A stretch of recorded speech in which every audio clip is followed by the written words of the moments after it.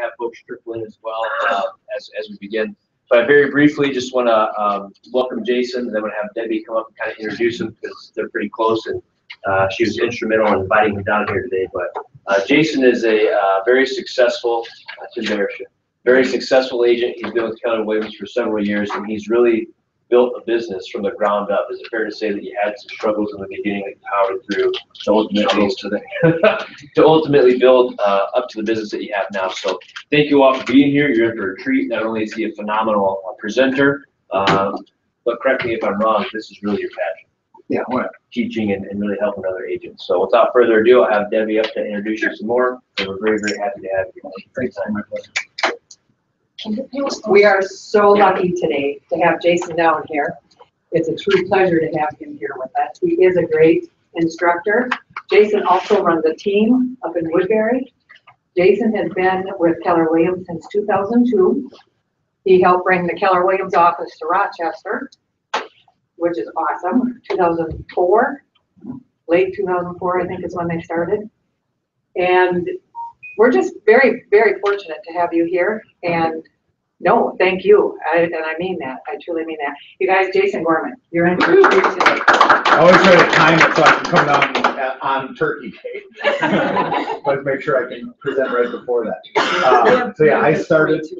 What's that? We have looted this for you too. Yeah. For those of you that weren't in bold, our team agreed to eat lutefisk if we didn't hit our number. And some people at my group that suggested we eat lutefisk did not do their job and hit their goal. I did more than my goal and still had to eat the lutefisk. So, come on in. So I've been in the business with Jason Gorman. I started in this business right out of high school. It was 1993. I was 1 year out of high school. I watched the movie Pretty Woman. I was thinking, you know, I'm going to buy and sell commercial real estate internationally. My dad, he lived in the basement. You should start selling like a house or something first. So he gave me the name and phone number of a guy, Tim Gallivan, if any of you had him at, I forget the name of this thing. Realty School, Minnesota Realty School. I told him about my idea, and he referred me to another broker. Which is pretty cool. You know, those of you that know this business, like if you can fog a mirror and walk upright through the front door, you'll get hired. And so that just shows you, like back then in '93, they were a little choosier. So that's how I ended up with Coldwell Banker Burnett in Woodbury in 1993. My first 5 months in the business, I didn't sell a single house. So those of you that have been in the business, anyone been in the business less than a year? Okay, so a few of you. My first almost 6 months, I didn't sell a single house, not one. Not one prospect, not one opportunity. I decided, right, much like you decided 3 years ago, this is going to be a career that I'm going to succeed in. And that decision was helped along because I got a parking ticket, which turned into a bad problem. So anyways, they took away my license for 30 days. And so apparently when you don't pay a parking ticket for a long enough period of time, they suspend your license. During that 30 days of rollerblading back and forth to the ground around where I was a waiter, I was listening to a Mike Ferry tape. And much like you, when you decide that you're going to be successful at something, it becomes a lot easier, right? It becomes a lot easier because they think that for most of us, we just casually got a real estate license. I watch a movie. I'm going to be a successful Richard Gere, drive around in a limo and buy and sell companies. I hadn't put any more thought into this than that. And really at 5 months in, with absolutely not a single closing or even a potential closing, from that to 30 days later, get my driver's license back. And in that following 6 months, I sold 63 houses in that 6 months, right? So basically 10 a month. And I've never dropped below 10 a month in 24 years. So this year we'll close 200 houses. I'll close 31. This is the lowest year ever since I've been licensed for me personally. So it's really like the goal this year was to pull back for me in production, have my team outproduce me, because I've always been the largest producer on the team until 2017. So this is a huge step for me to let go, right? So I'm letting go. I've lost my entire team twice. So we are going to talk about leads. We're going to talk about mindset. We're going to, the sheet in front of you is really the sheet. I use that more as a business planning sheet for everyone on our team. In the top left corner on the triangle piece. So if you're looking at the triangle piece, anyone not have it? Yeah. So those two forms, I believe those two forms are the key to real estate success. They're really the key to life success, marriage success, faith success, right? All of your success, all of your life, right, can be kind of compartmentalized into your spiritual life, your personal life, your work life. When I, do we have like a tripod easel thing? Is there like an easel? No. Oh, it's behind that. Oh, it is? I'll just use It's not fancy like Woodbury. Yeah, super. Oh, that a digital thing? I can't figure out how to work it.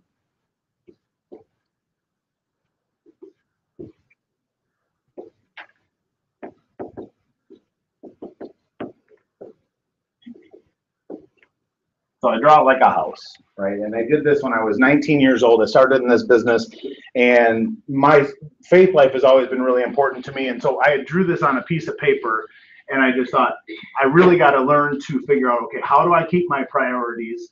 And when you have kind of these three aspects of your life, and I've got 3 different books that I'm reading right now. And the funny thing is, on the way down here, I realized that I was going to tell this story. And I thought, all these books really kind of pertain to your faith life, your family life, and how to be a better person. And then what do we need to be prepared for in work, and what are the strategies for business that we need to be doing? And all 3 of these books I'm reading right now, I'm addicted to reading books. And so if you guys have cards or whatever, we'll give away all 3 of these. So one of you will get each one, or someone will get each one of those. So when you kind of set your life up and you look at it from a prioritization standpoint, your business plan, or that triangular piece, this plan really has to go into all 3 aspects of your life. So you write your plan on the back of that page. So this is my business planning portion of today, right? You want to make 100,000, write that in the top left corner. Okay, you want to make 200,000, 300,000, whatever that number is. We can work it backwards. For anyone that wants to raise their hand, I will actually do your business plan for you. It'll be done in less than 5 minutes. Okay, it's just a number of contacts. It's a contact sport. I graduated 182 out of 184 kids in my class.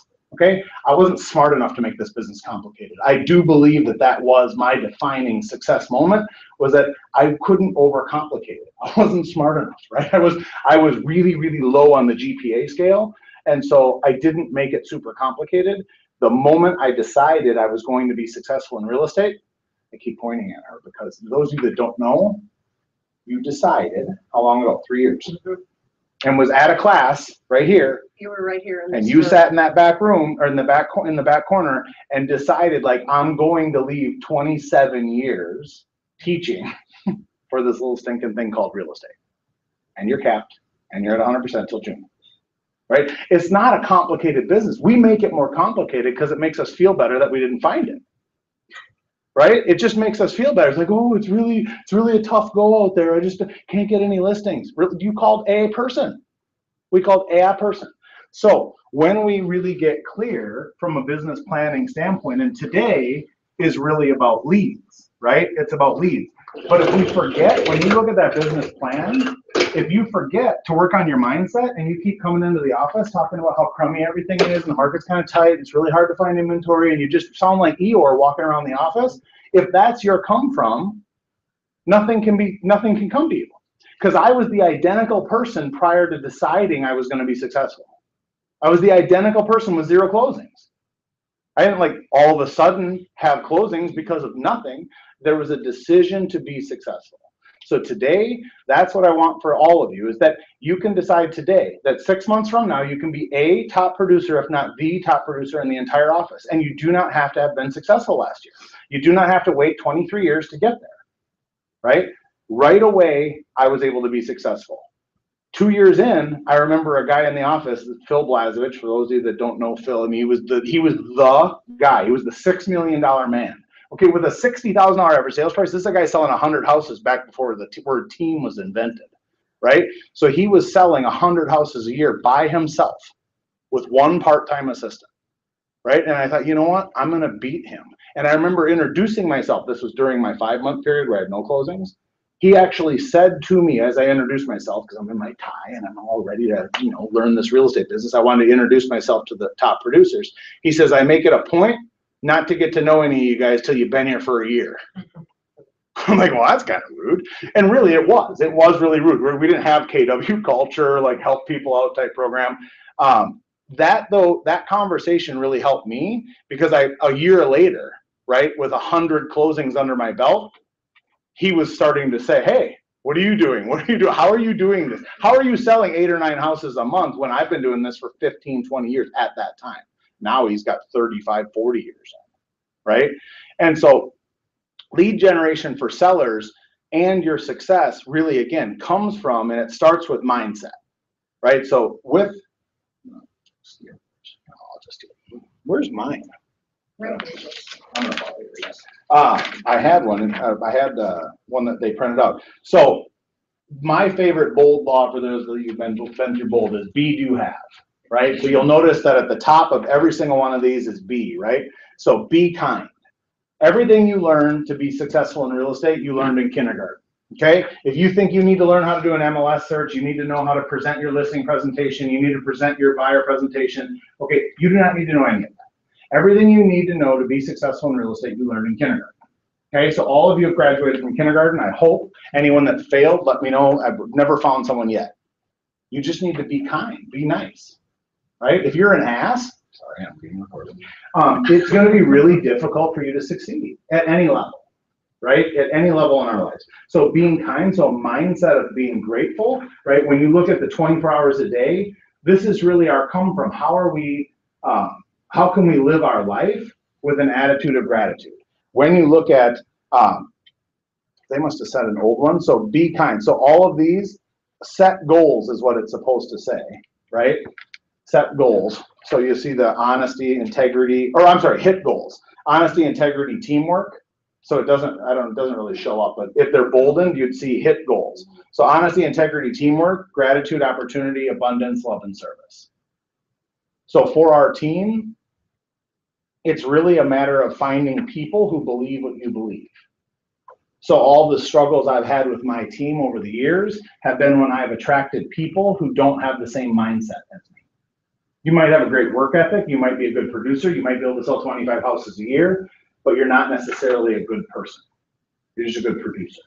And so all of our struggles have been around not having people on our team that are at the same mindset, right? So you'll attract people whom if I come from a mentality of like I'm a higher D on the DISC assessment, so my greatest fear is being taken advantage of. And so when I exude that into my team, that I'm going to be taken advantage of, I'm going to be screwed, you're going to come in late, you're not going to do your job, you're going to not do the open right, or things like that, then I tend to attract people that also fear being taken advantage of and things like that.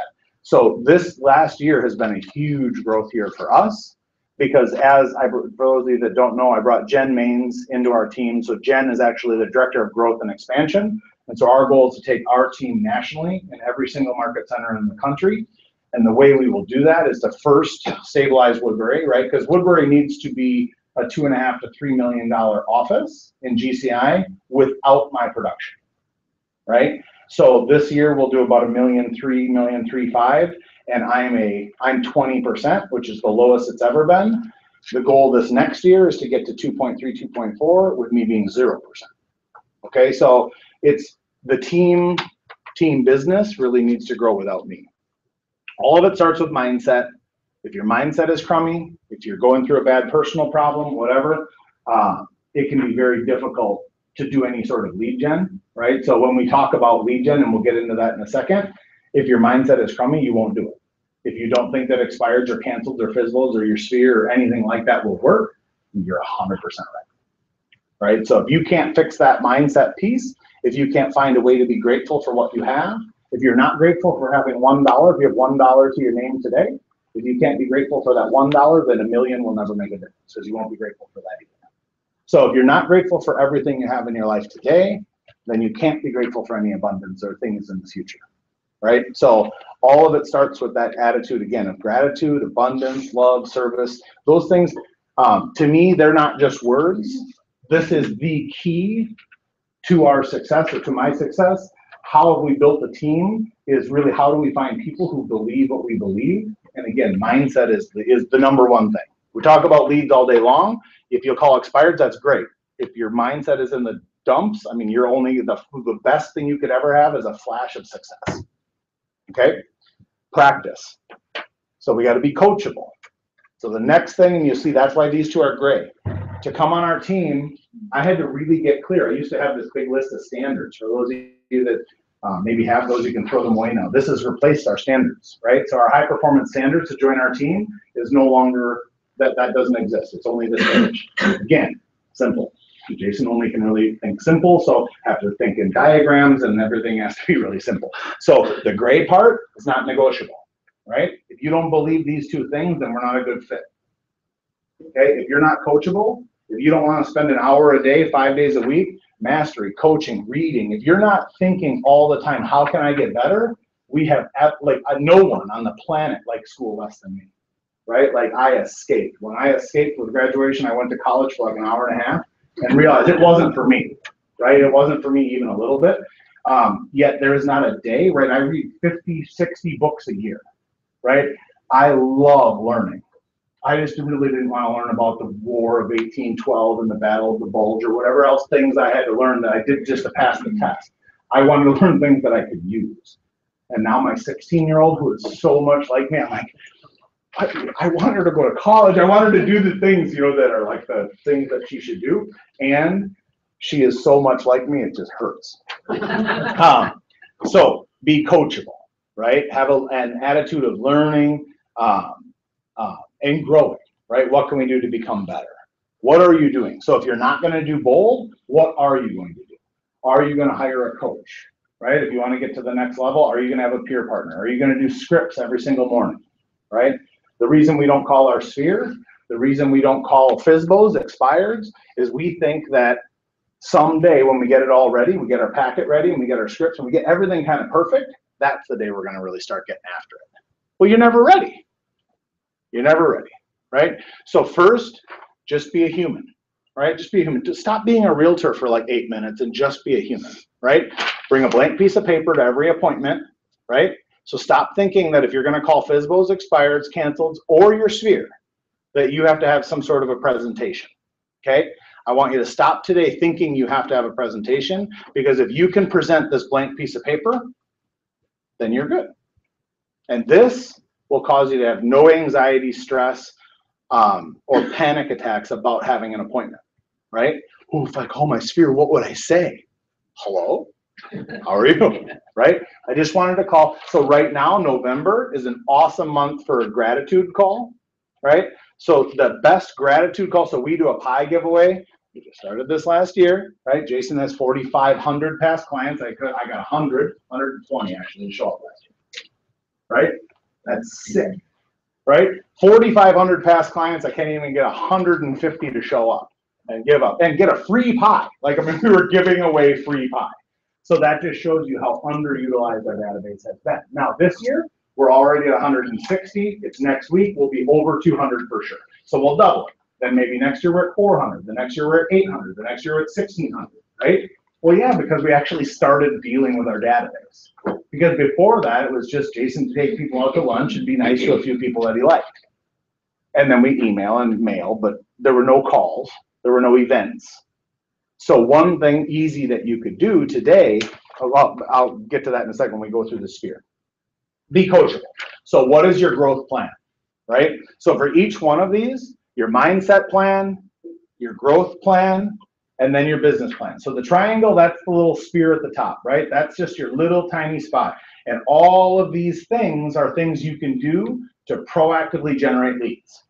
Now, if you have another one, go ahead and write it in below. Let me know, send me an email if you have another idea that would fit. These are the ones that we took out of the MREA book, the red book, right? And these are all the proactive prospecting type things that we can do to generate leads. They're not sitting, you know, at your desk waiting for your phone to ring. These are things that you can actively go out and do. For every $50,000 to $100,000 you want to make, you probably need one idea.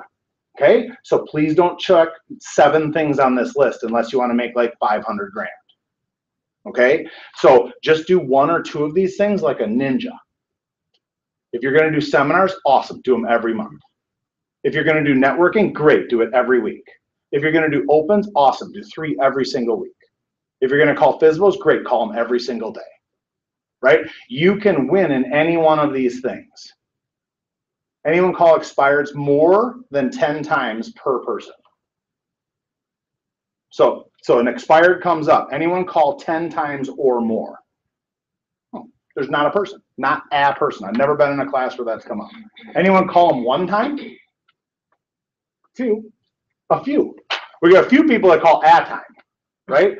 Your competition is not out there.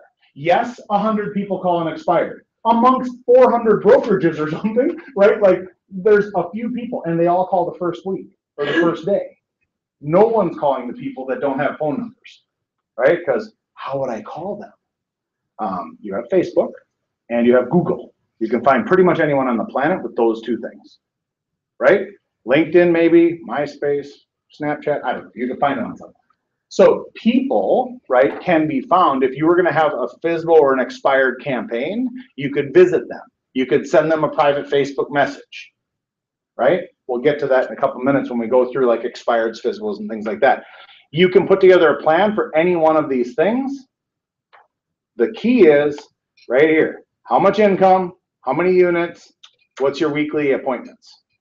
How many appointments do you need per week? See, if we get this down to like the really, really dumbed down version, which is what Jason needs, then I need to know, okay, if I need 2 appointments a day, right? To get 2 appointments a day, assuming I suck super bad, I got to talk to 20 people. That means that 90% of the time I fail. 90, right? 20 contacts a day, 20 people, 20 human beings that are alive that could meet with you means you're going to get 2 appointments a day, right? If even half of those went through and stuck, assuming you were really gifted and you were able to get only half to stick, you had 5 appointments a week. If you had 5 appointments a week, that's 20 per month. If 20 of the 20 appointments, again, we're assuming really bad rates here, right? 90% failure on the phone. 50% of the people won't meet with you. Write these things down, right? Because when you call me after, like, well, I tried it, like 2 people didn't show up. Yep, remember, we like planned on that. We planned on this hurting, right? We planned on it not being that great. If 50% of the people meet with you, now you're down to, again, 20. We have 20 appointments in a month. If only half of them worked with you, that would be 10. If 10 people worked with you, only half of them closed, that's 5. This is 60 closings. And you just need to talk to 20 people. You can get a hold of 7 to 8 people per hour, right? 2 or 3 hours. That's this whole 2 or 3 hours of lead gen will equal a couple hundred, few $100,000 in income. You'll be a massive success, top 2, 3, 4, 5 agents in the office. And you don't have to have been doing this for 5 years.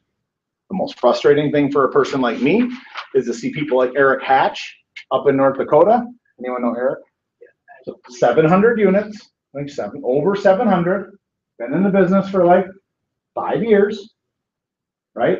But I've got 25 years. I got 4,500 past clients. Why does he outperform us by 4 times, 3 times? Get out of your way faster, right? Move through the triangle faster. And so what we're learning now is the greatest thing that keeps us stuck is me. So I got us to here, and then me getting out of the way is usually the biggest problem. And so getting out of production, because as you want to grow, and so we don't really get into the team building part of it, but as you're going to grow, you're going to become more and more successful. It will require you to have a couple of people. Anyone on a team or have a team? Okay. So if you have a team, or, you know, eventually all of you will need people to help you, right? The more successful you become, the more you're going to need other people to help, right? Because it's just not, you're not able, once you do 50, 60 deals per year, it's basically going to be required, right, that we get some help. All right, questions on this? Anyway, okay, so pick 1 or 2 things, right? Pick 1 or 2 things that you can get passionate about, right? You need to get passionate about it. The other handout that I'm going to take 2 seconds to go over is your daily activity record. So this, right, filled out. Just check it off, right? I'm going to do door knocking, and I'm going to do open houses. Pick 2. Pick 2. You're going to make 100. You're going to make 100 to 150 grand a year. Pick 2. Pick 2 and get really, really good at it. Did I steal yours?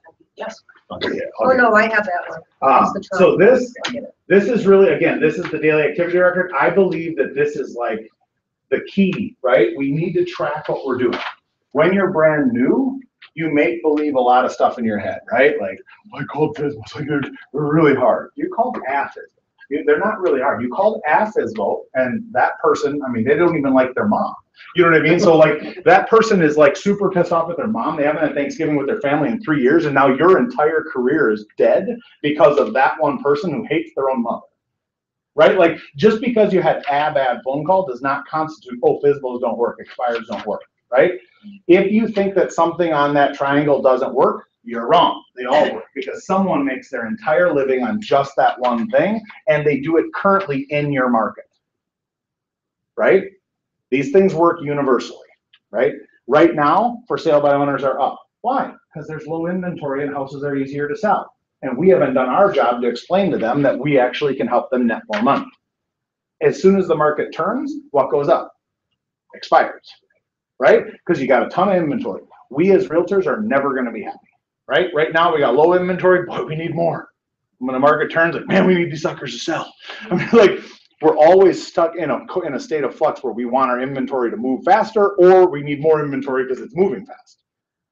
This daily activity record is for you to keep track of the things. Everything you need to be successful in real estate, you just need to write it down, okay? For like a meal plan or anything in your life, if you'll just track what you've done, then you're not lying to yourself like, oh man, I called expired today for like 3 hours. Yeah, I know, but you got 2. You got 2, like you didn't grind it out today, right? Like when this sheet's full, you worked hard today. Unless you filled this out. So I would encourage you, trade partners, get someone in the room that you can have hold you accountable, and then your whole job is to fill this out. If you don't fill this out, you need to go home and tell the people that you support that you screwed off today, that you did nothing today. You didn't do anything of value today, right? You worked on your new LinkedIn account because someday you were going to get after sending someone some private messages or something. This is, if you did that, let's say that you were going to go on LinkedIn, and we get into the lead gen strategy, and you use that. That's awesome. What did you do, right? Because if you track it, like if you sent 300 private messages through LinkedIn, let's say, and 7 people responded, awesome, track that result. Because if you wanted 14 people to respond, and you had contacted 300 to get 7, how many do you need to contact to get 14? 600. Because that's it. So you need to send 600 private messages tomorrow. So it's just a math equation, right? It's just a math equation because your success is determining on what types of results you're getting. If you don't track what you do, when I give you the numbers before of like 10% conversion on speaking to someone, 50% of the appointments stick, 50% of those will actually transact business. And you know what I mean? If you use those are NAR. For those of you that just recently went through licensing, weren't you sort of surprised at some of the people in the licensing class? You look around, if you weren't, it might have been you, right? You might have been the guy in there, the dirty Zubas and the mustard on the shirt, right? But I mean, you think of the people in this industry, right? It's the barrier of entry is really, really low. So again, when you look at the NAR, those numbers are from NAR. You know you're at least above average, right? Because the above average people would actually go to a class. Below average people are laying in their bed, like literally they're not even getting out of bed till 11. They're working their part-time job till 4, and then they're going to whine about not having any real estate business until 7. Then they're going to go out and drink. Like that's the life cycle of the person who's not going to make it, right? So again, fill this sheet out. You fill these 2 sheets out, and there you've got your business plan, right? You got a couple of ideas. We can work the numbers backwards. If any of you need help figuring out exactly how many appointments and calls and things like that, again, this can be done in 5 minutes or less. The daily activity record is filled out 5 days a week, right? When you fill out a 0, fill it out. Like if you actually had a bad day, you had a crummy mindset, you got in a fight with your girlfriend, your wife, your husband, whatever, awesome, awesome. Just write it down. I got a 0 today. Write a big 0, and then keep a track, and then staple all 5 together. You need to keep track of how many days really didn't go very well. Right? Because again, it's not about you having this big brother babysitter. It's about really tracking that you otherwise are just talking yourself into thinking you worked so hard this week. Worrying about not doing anything important does not work. But that can take all day. And that's what most of us do. We worry about not doing anything. All right. So lead gen. It all starts with your sphere and your database. Okay, so for me, I've got a massive database we can get 500 closings a year just out of our database. Anyone in that, and who's gone to Bold? Okay, like that day sucks, right? They go through the like, okay, well, compute what your database is worth, and I always get done with that. And I think it's not worth that much. Like I don't do, you know, like mine really is bad, and it's going to get better. Right? It's going to get better because two people who are much better than me are actually managing it now, because you know why we didn't do the pie giveaway before? I don't want to.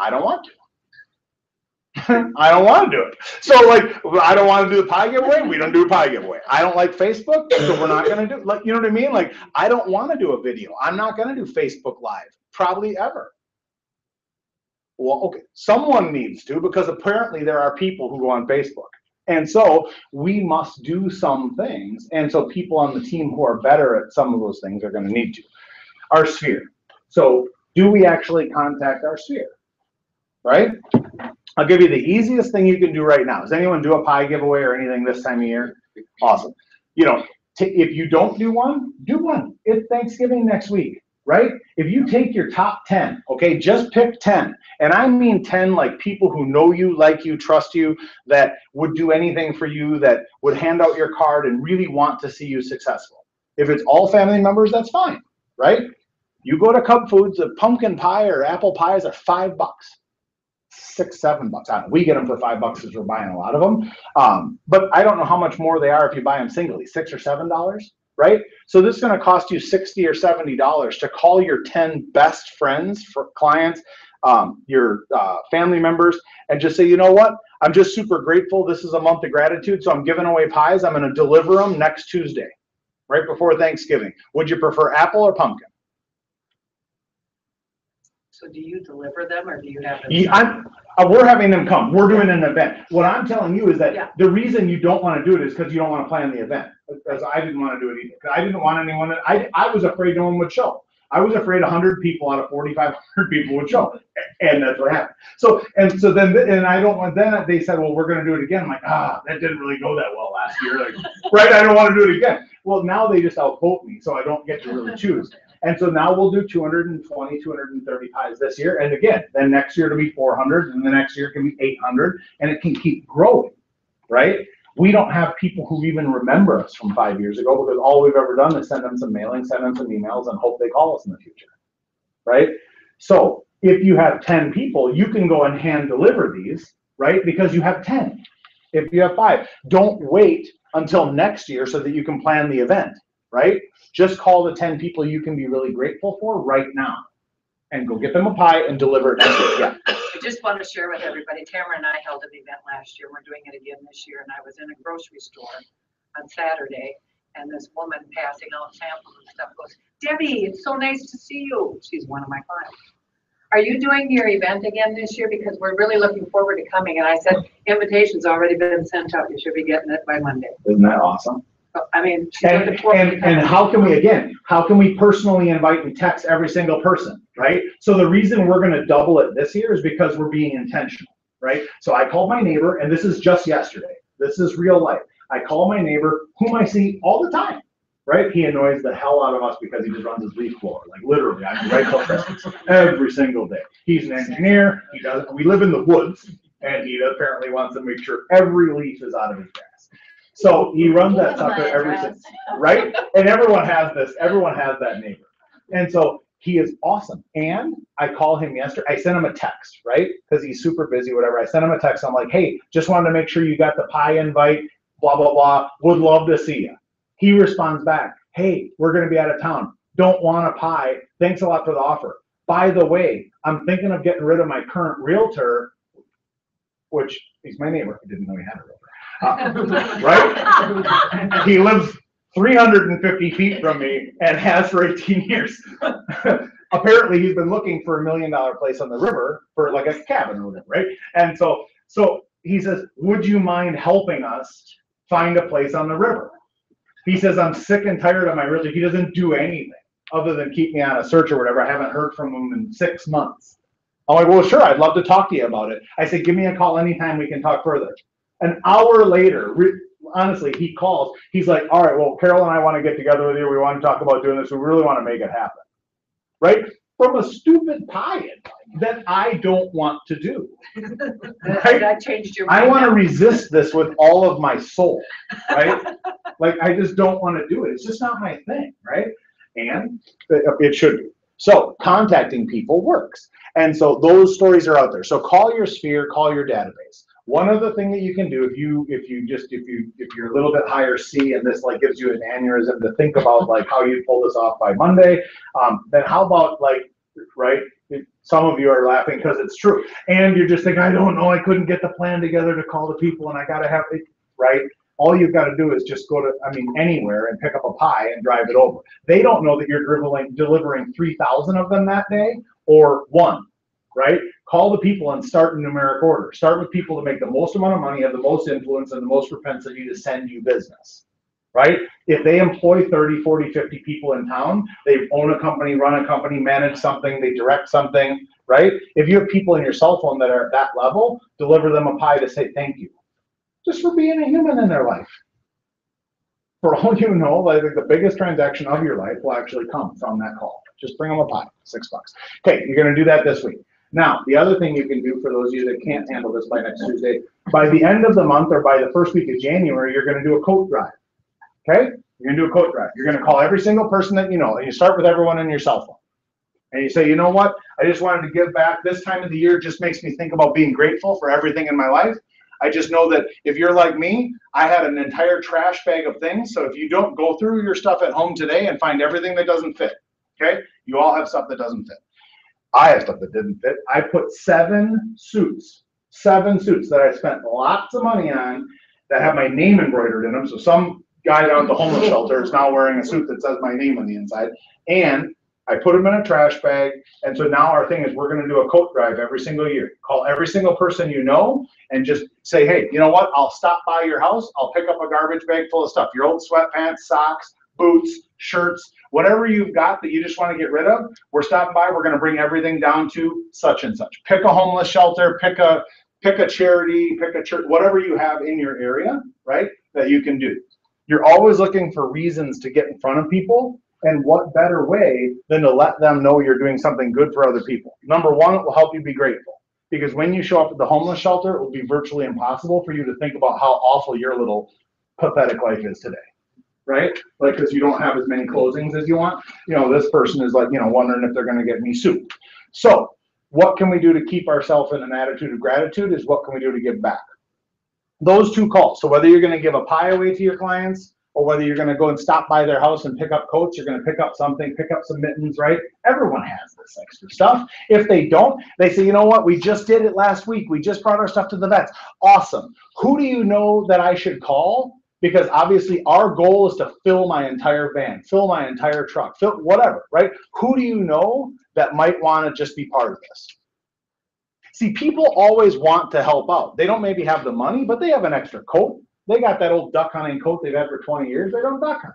They can't even get to the blind, right? So, like, they've got stuff that they may be willing to give away, right? So what can you do to have a coat drive every single fall like this into the winter or right before Christmas when people are really wanting to do something good and you're mobilizing your sphere?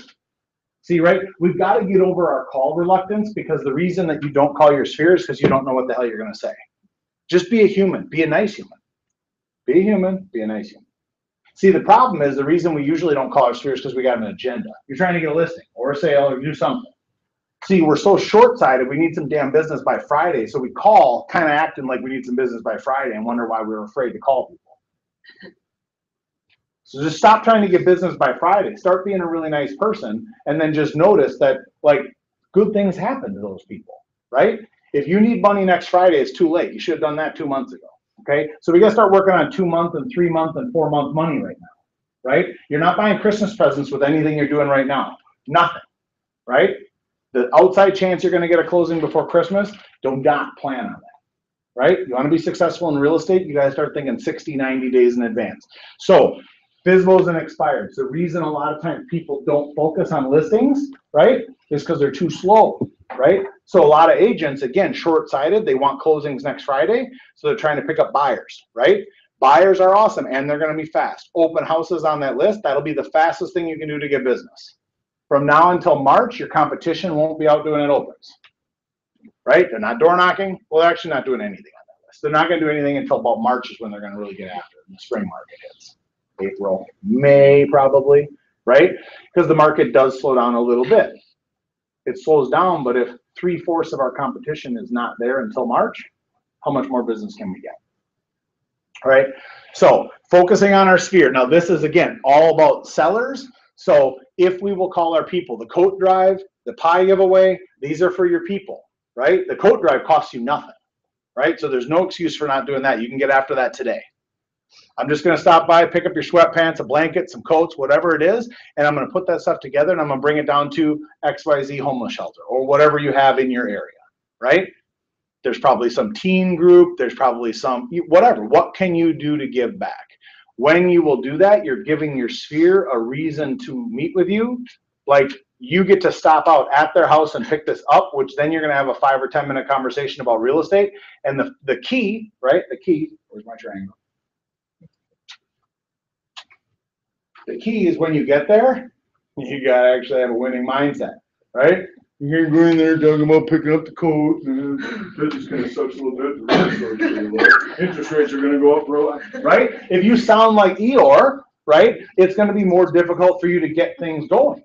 So mindset is critical, because if you'll do anything on the lead gen side, then confidence is a super easy thing to get. And it starts with appreciation and gratitude for our life as it is. Right? It's really difficult to be confident if you think your life sucks. And if you think your life sucks, then you have to look around. You can find a lot of people, right? A lot of people. I'll never forget when the market was crashing,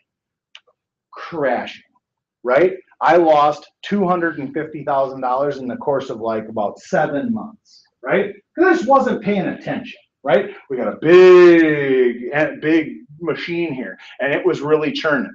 And I wasn't noticing that we were having our new construction really hit, and our short sales and foreclosures not close. And then, oh, by the way, we had ownership in market centers, and we had to get rid of partners, and we had to shut down our mortgage company, and it sucked. It sucked super bad, right? I bought 17 rental properties in 2004 and 5. If any of you remember, that was like, I think like an hour before it crashed, right? So I do this for a living, right? And bought stuff like wrong. So all of that happened, and when that happened, in 2008, it was really hemorrhaging. It had been for a couple of years at this point. Losing money, really, like, I went through a tough time, lost my entire team. It was really tough. And during that time, my very best friend lost his kid, okay, in March. Had been battling cancer, had all these different tumors, lost his son in March. In February, right before he passed away, she found out she was pregnant. Not going to be a replacement, nothing, you know what I mean? This is a glimmer of something positive in a really horrible experience, right? So he passes away in March. Through the summer, times are pretty good. They're dealing with the loss of their kid. He had been sick for a long time, so they're dealing with it best they can. Getting excited for the baby to come. In August, actually end of August, early September, she is going to it was actually September 2nd. She is going to a baby shower. And on the way to the baby shower, she starts having a super bad headache. Super bad. To the point where she ends up on all fours outside of the car. Then gets taken by an ambulance. Then proceeds to have a super bad aneurysm. And then is hooked up to all kinds of machines. Has to take the baby emergency C-section. And 2 weeks later, she's dead.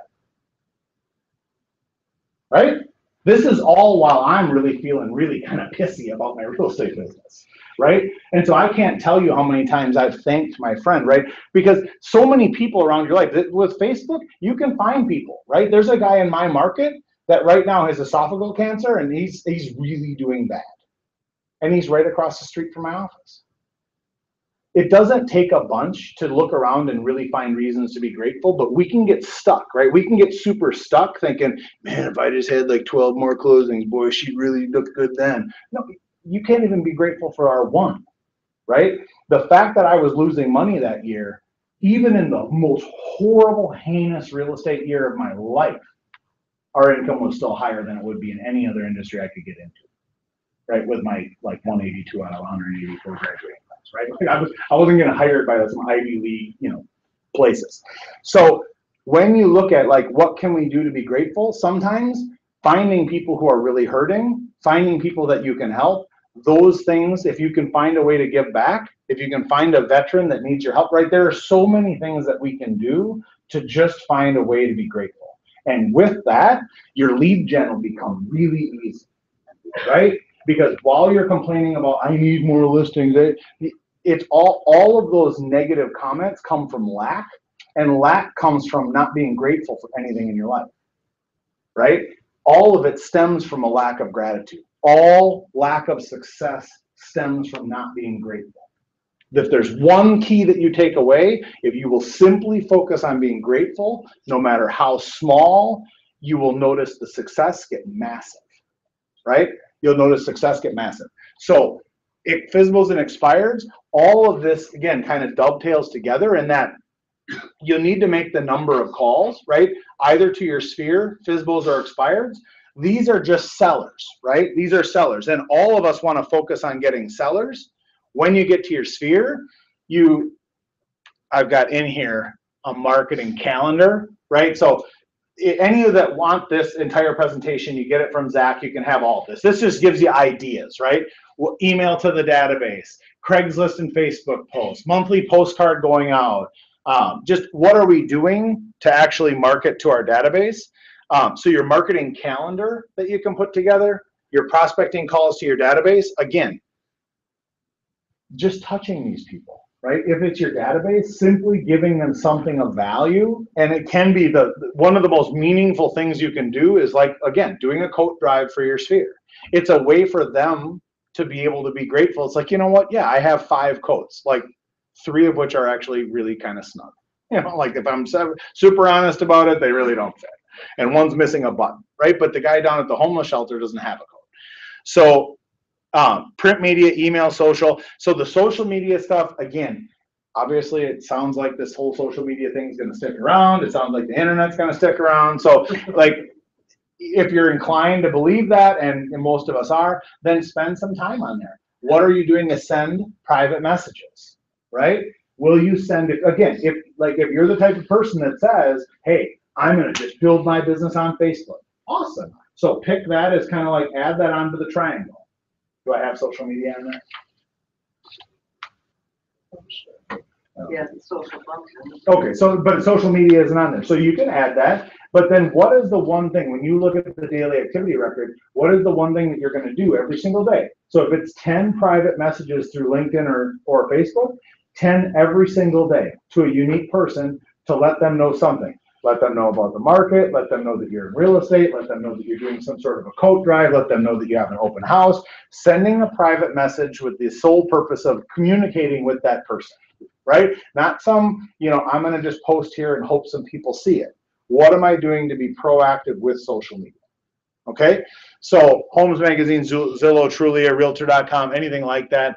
All of our postcards, and things, everything we do typically for the year in advance, right? So we're going to buy all of our postcards. We buy all kinds of stuff, like typically in bulk, so you get a better deal on it, and then send it out.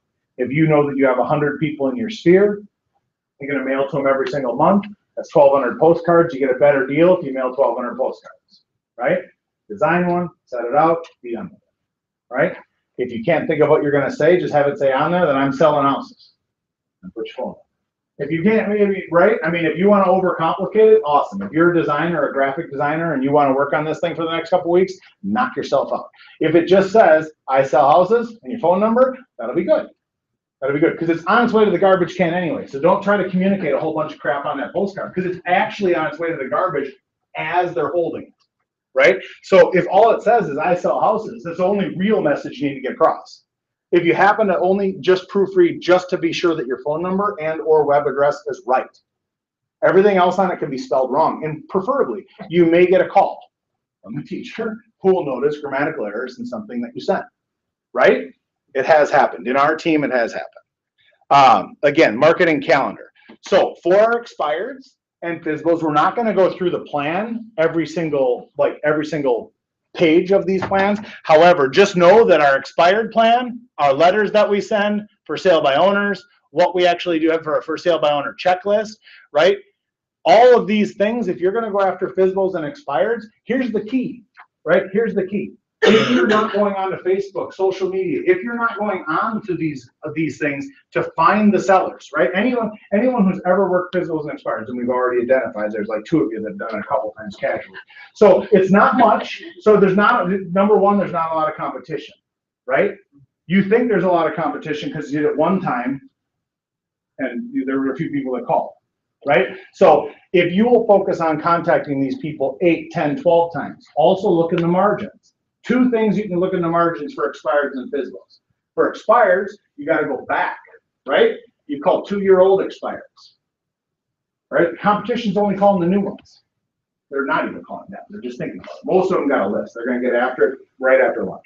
So they've got a list and they're going to get after it pretty quick, or they've just got to get their packet together, right? And then what would they drop off and what would they say? They've been working on that packet since June. And so if they can get that sucker ironed out, they're hoping to get after it here right after the first of the year when they get the packet done. So if you will simply bring your blank piece of paper, right, and visit the people 2 years ago, contact the people, send them a private Facebook message. I just want to know, I'm trying to do some research. Are you the owner of XYZ Street? That's your message. I'm just doing some research. Are you the owner of this house? Well, you already pretty much know they are, unless they've got a super common name like Jim Johnson, and there's 35 of them in Rochester.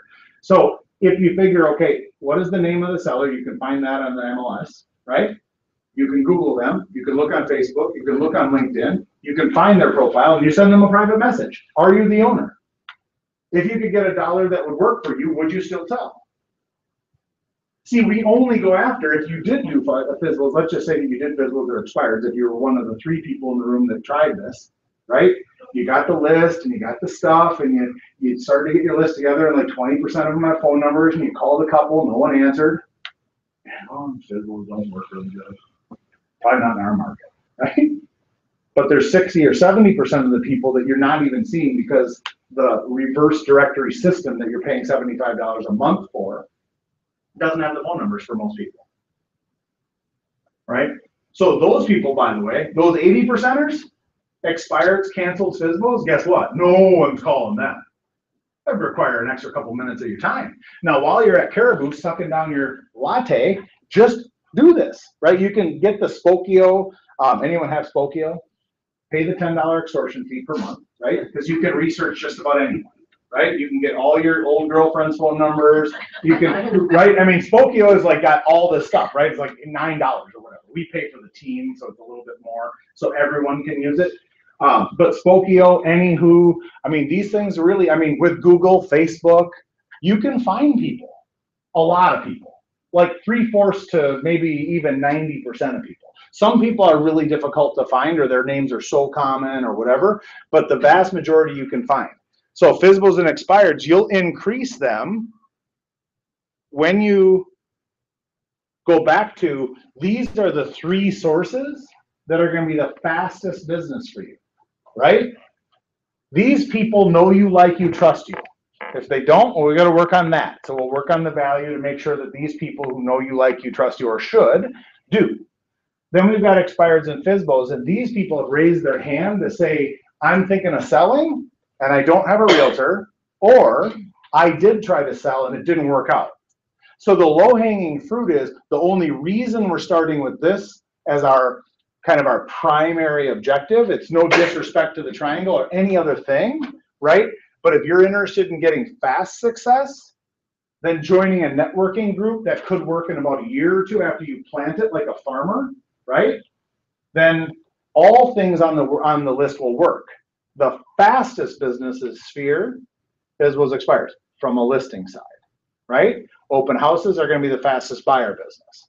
So again, if you're interested, you're not getting Christmas money. I hate to break it to you. We're doing that. We're going to be thankful today and have turkey. And it's going to be difficult unless you got the buyer going in your car this afternoon and they're cash or they're 20% down conventional. Difficult to get Christmas closings right now, right? There's a lot of pressure on that. You still could, and better to figure out your January closings. Questions? Okay. Expireds and cancels. So expireds and canceled. So the DISC assessment, those of you that have done the DISC assessment, when you're going after expireds, it's super important that you are an aggressive person. Okay, if you're a super passive person and you find if you ask your friends, okay, ask your spouse, your significant other, your sister, or whatever, am I friendly or aggressive? Right? Am I friendly or aggressive? And if they say both, well then great. Then you'll probably be able to work with both. With FSBOs, you need to be friendly.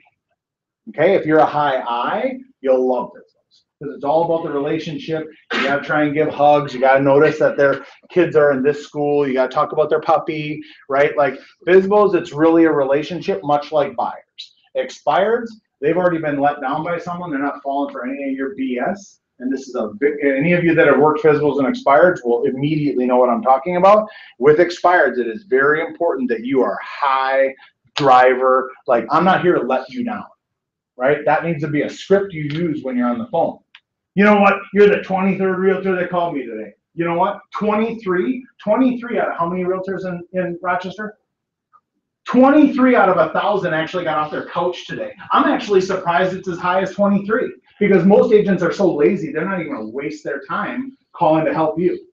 If you sold your house at a price that would work, where were you going to go? See, but I got to be really dominant. I got to be really direct. And if I'm that way with an expired, I can win. If I talk like that to a FSBO, they hang up. They're like, I'm going to try it on my own because I love my cement patio. And they want to talk about all their stuff and what they were going to do if they stayed, right? The FSBOs want to tell you about what they were going to redo. You know, this was going to be our 4-season room, and this was going to be where we were going to have this. What am I going to market that as? As something it could be, right? Right. So I mean, FSBOs, I've never really wanted to work FSBOs, and I think when again you're looking at the path, I need to hire someone on my team that's, again, more on the friendly side, the relationship side, because FSBOs are an easy target if you're willing to play long ball with them, right? You got to be super nice and follow up and be kind and friendly. And then with these expireds, you need to be dominant. You need to be to the point. You need to tell them about all the other agents that, again, didn't fulfill their promises. And I'd rather turn you down than let you down, right? That's a famous expired script. Debbie, I'd rather turn you down today than let you down in 6 months. And I know you've already been let down. And quite frankly, that sucks. In a realtor you'd choose this time, what 3 things would you be looking for? I want somebody who's going to communicate with me. I want somebody who's just going to sell my house. Okay, and what would be the 3rd thing? Do open houses. Okay, so you want someone who will communicate, you want someone who will get your house sold, and you want them to do opens. Absolutely. Do you care if they do opens, or do you really want the house sold? I really want the house sold. So you want them to have a plan. Yes. See, because again, if my plan is to do opens, awesome. But see, if you're an expired, I need to be in charge. See, the reason most people are let down, if you're like, I don't want to do opens every single week for this sapsucker that's overpriced. I mean, if you've got that client or have that client, you invited that client into your life, right? Because you let them tell you what your plan was. See, and if we're not clear what value we bring, so do you want me to do opens or do you want me to have a plan?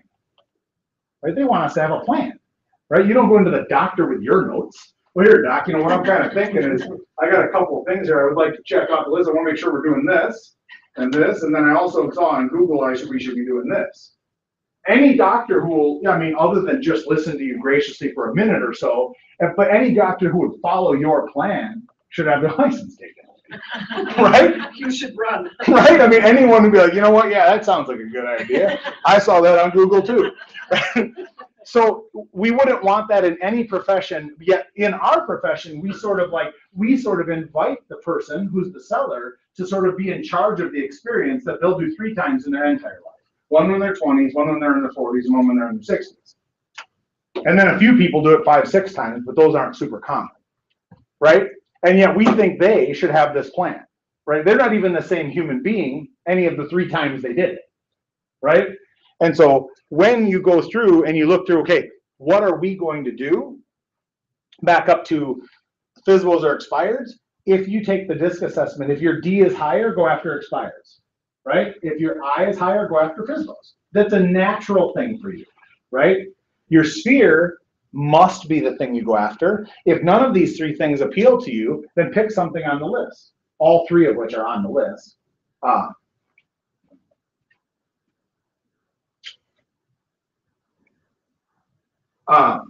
So when you actually are, again, putting together your plan for 2018, what are the things that we want to do to generate more business? These are just the low-hanging fruit, okay? Expired plan, FSBO plan, you can take those, you can like them. I hate them, by the way. So just know that if you have a plan that you currently follow or don't use, just know that I don't like ours either. And we have to send them, right? So I constantly want to make it better. And so whenever I share with you, like kind of this is what we do, I always think, I really wish we would do this different and this different and this different and this different. It's so much easier to make those adjustments when you're already implementing it than when you try to work on your perfect FSBO packet. Start with this and then send it out. And then you can make it better in time, right? But most of the time we don't have that. All leads, right? All leads. So we're generating leads, generating some leads. We have to be fast with our leads, right? So all leads need to be followed up with in 5 minutes or less. If we're not calling our leads back or getting back for our leads, again, open houses, anything we're doing to generate leads, what type of a plan, what type of a system are we using? Because lack of follow-up is the biggest problem. I hired inside sales on our team now this year. And so the number one objection, the number one thing she gets when she's making 50 to 100 calls a day, the number one thing is she gets hung up on, right? They're not interested, take me off your list, blah, blah, blah. That's number one. What do you think number two is? Amazing they call. They moved. They moved. Ouch. Mm-hmm. Ouch. Right. Ouch. It's like super expensive lessons to learn, right? Like there are so many people that have already moved. And so you need to have a system where we can funnel, assign, source, and track. Now, when you're by yourself, this seems like this is human nature, that you're going to have a system, right? Well, if you're a salesperson, you know what? We'll get more. We'll get some more. I stole yours. I thought you were gone. Funnel, assign, source, and track. So it's super important that we actually are funneling all of our leads to one spot, okay? So it seems counterintuitive, but if you're on your own, again, if you're having everything come into your cell phone, that's fine. What happens when you take time off? What happens if you go on vacation? What happens when you grow your team? So just be thinking about that. You can, and what we do is we have everything come into one phone number at the office. We have everything come in. So it says in here that we use Top Producer and 5 Street. So you can, if anyone, does anyone use Top Producer? So if this is helpful, those are Top Producer plans. Everything this year, we migrated everything to what's called Commissions Inc., a brand new CRM and database, and we use that for all of our leads. It's way expensive and absolutely not worth it unless you're gonna get a team. And I mean that. It costs us about $2,500 a month, and it's really not worth it unless you're gonna have 10 or 15 people calling leads, right? And we spend another couple $1,000s a month on the gas, which is just our Google AdWords coming into that to generate more leads. So when we look at our funnel, assign, source, and track, what I used was a daily activity record, which you have, okay? And then I used 2 different lead sheets, which one was it was blue, and it was buyer leads. And one was orange, and that was seller leads, okay? The reason I color-coded the sheets, and if you want those, you can email me separately, and I'll get them to you. It's just jason@jasongorman.com. Those 2 sheets is what I use. I'm a visual person. I don't really care for technology.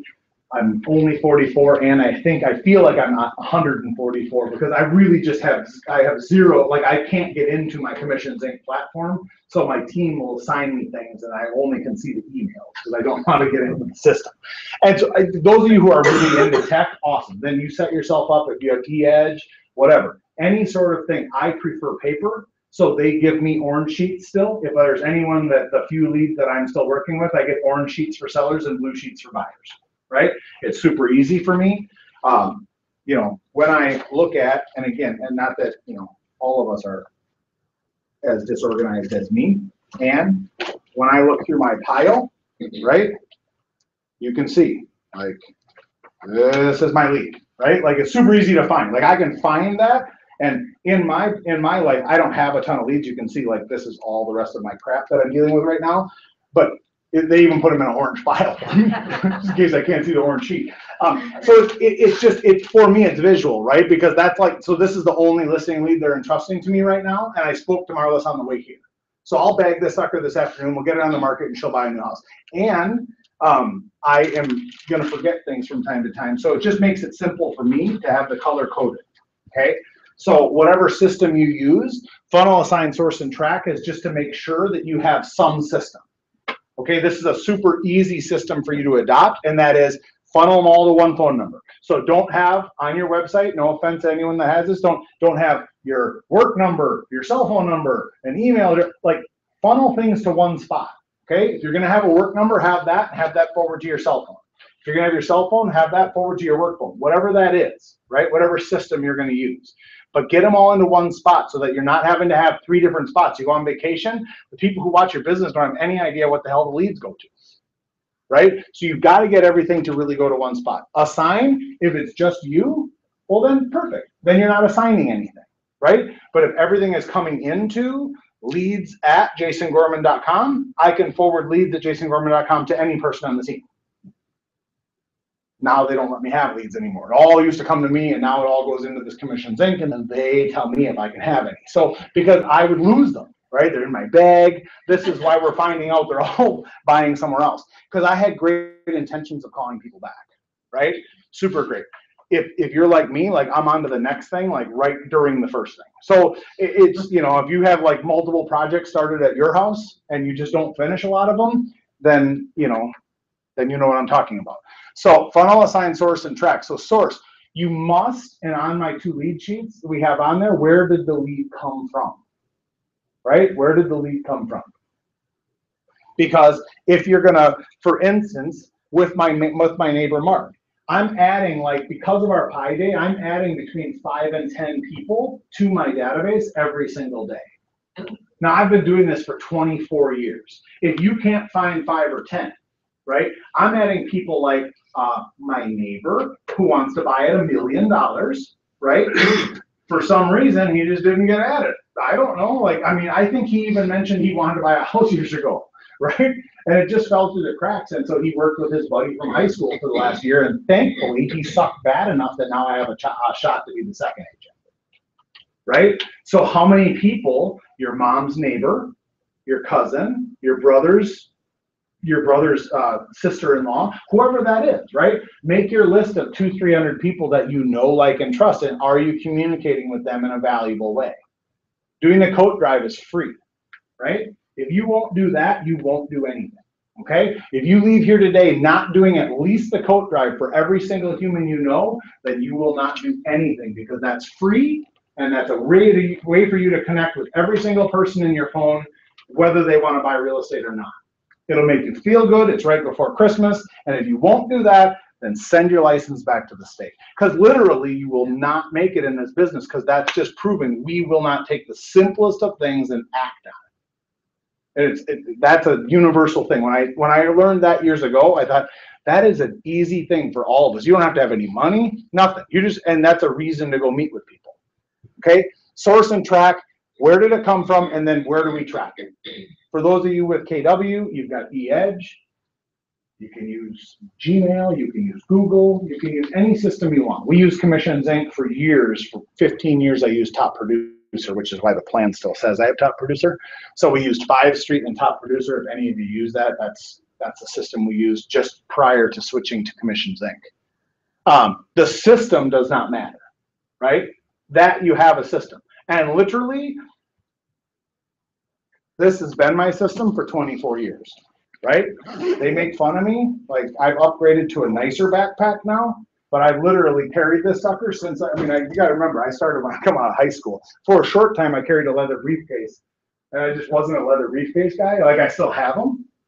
So I was a backpack guy, and I've always had my backpack, right? It's got all my stuff in it. I'm diabetic. I got like all my stuff. And the thing about it is, like, that's my system, right?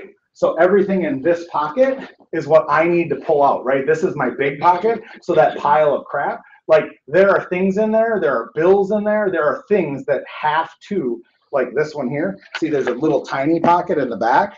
That's stuff that has to go to my wife, right? So that's important stuff. And like we had to change her purse was stolen last week, and so we ended up like it was a mess.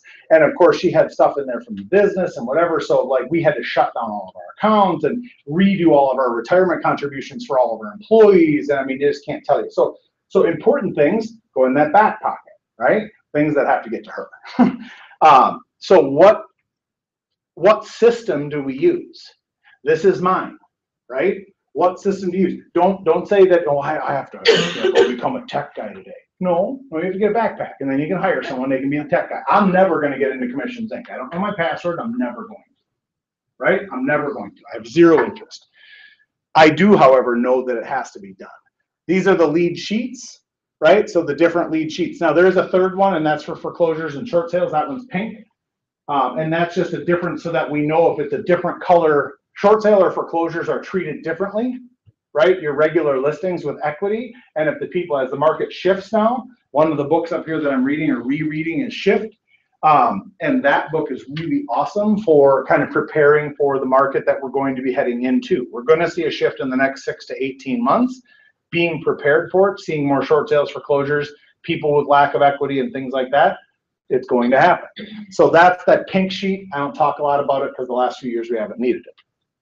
Okay, so each lead gets assigned basically in Top Producer and CTE.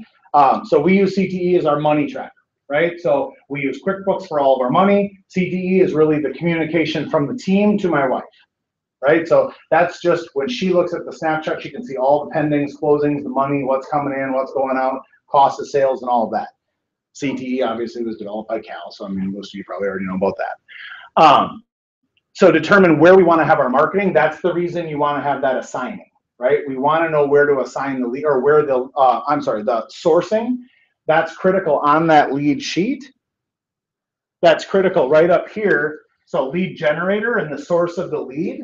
So the lead generator was, why did they call today? Right? The source of the lead may be, I saw your name on Zillow. Awesome. Why did you call today? Well, you know, I just happen to be looking for this house on 123 Main Street. Whatever. The source of the lead is the source. It's Zillow. It's an open house. It's a friend of your cousin, right? What made them think of you today? So the question that gets you to the lead generator is, what made you contact me today? Well, actually, you know what? I saw your logo on a North Face fleece at Cub Foods. That's the dumbest. I got it. And that happened to me last night at hockey. Right? I'm at hockey with my little boy, and this guy comes up to me. He says, "You know what? I want to think about buying a house." I'm like, "So what made you think about us today, other than we were at hockey?" He's like, "You know what? You told me years ago that you always give out North Face fleeces to people who give you referrals." And I do, with my logo and everything on it. If they give us a referral, you know, if they're like a client that gives us referrals, we buy them those, right?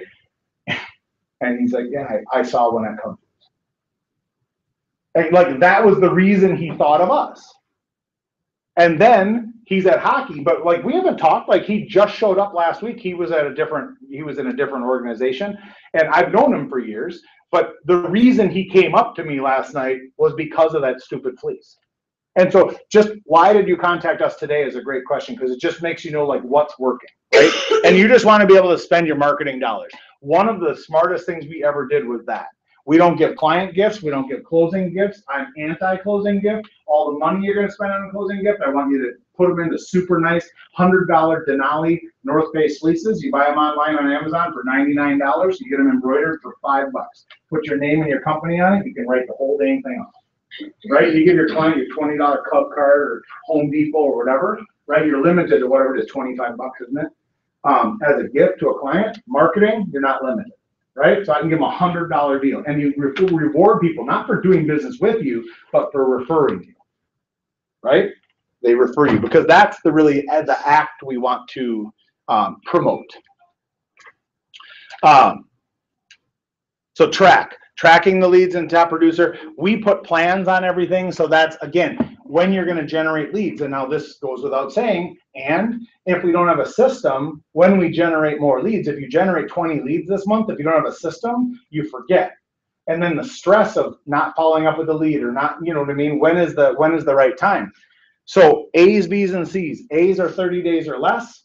Typically, again, put them in your bag, put them in your briefcase, put them on the dash of your car. I don't care where you put them, but don't put them into some sort of a system, right?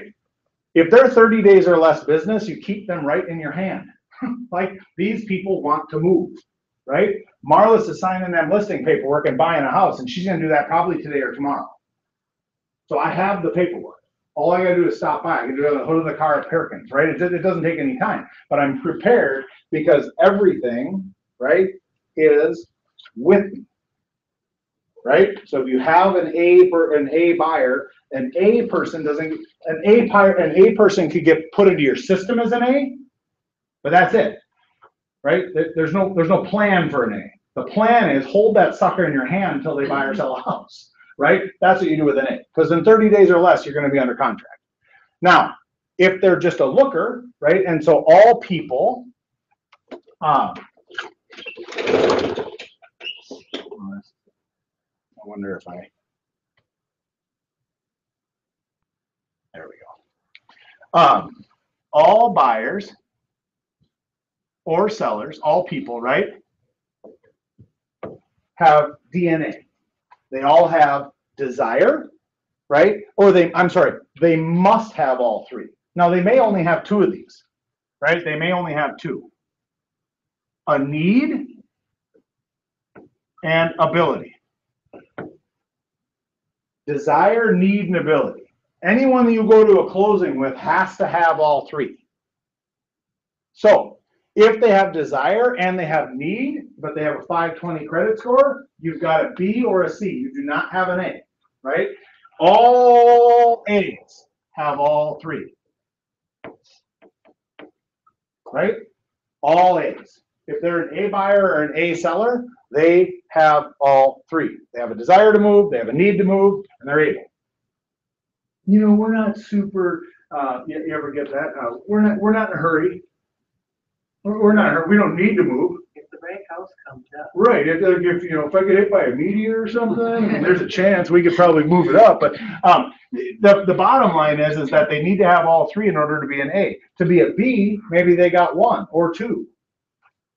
And to be a C, maybe they're thinking about having one or two. Right.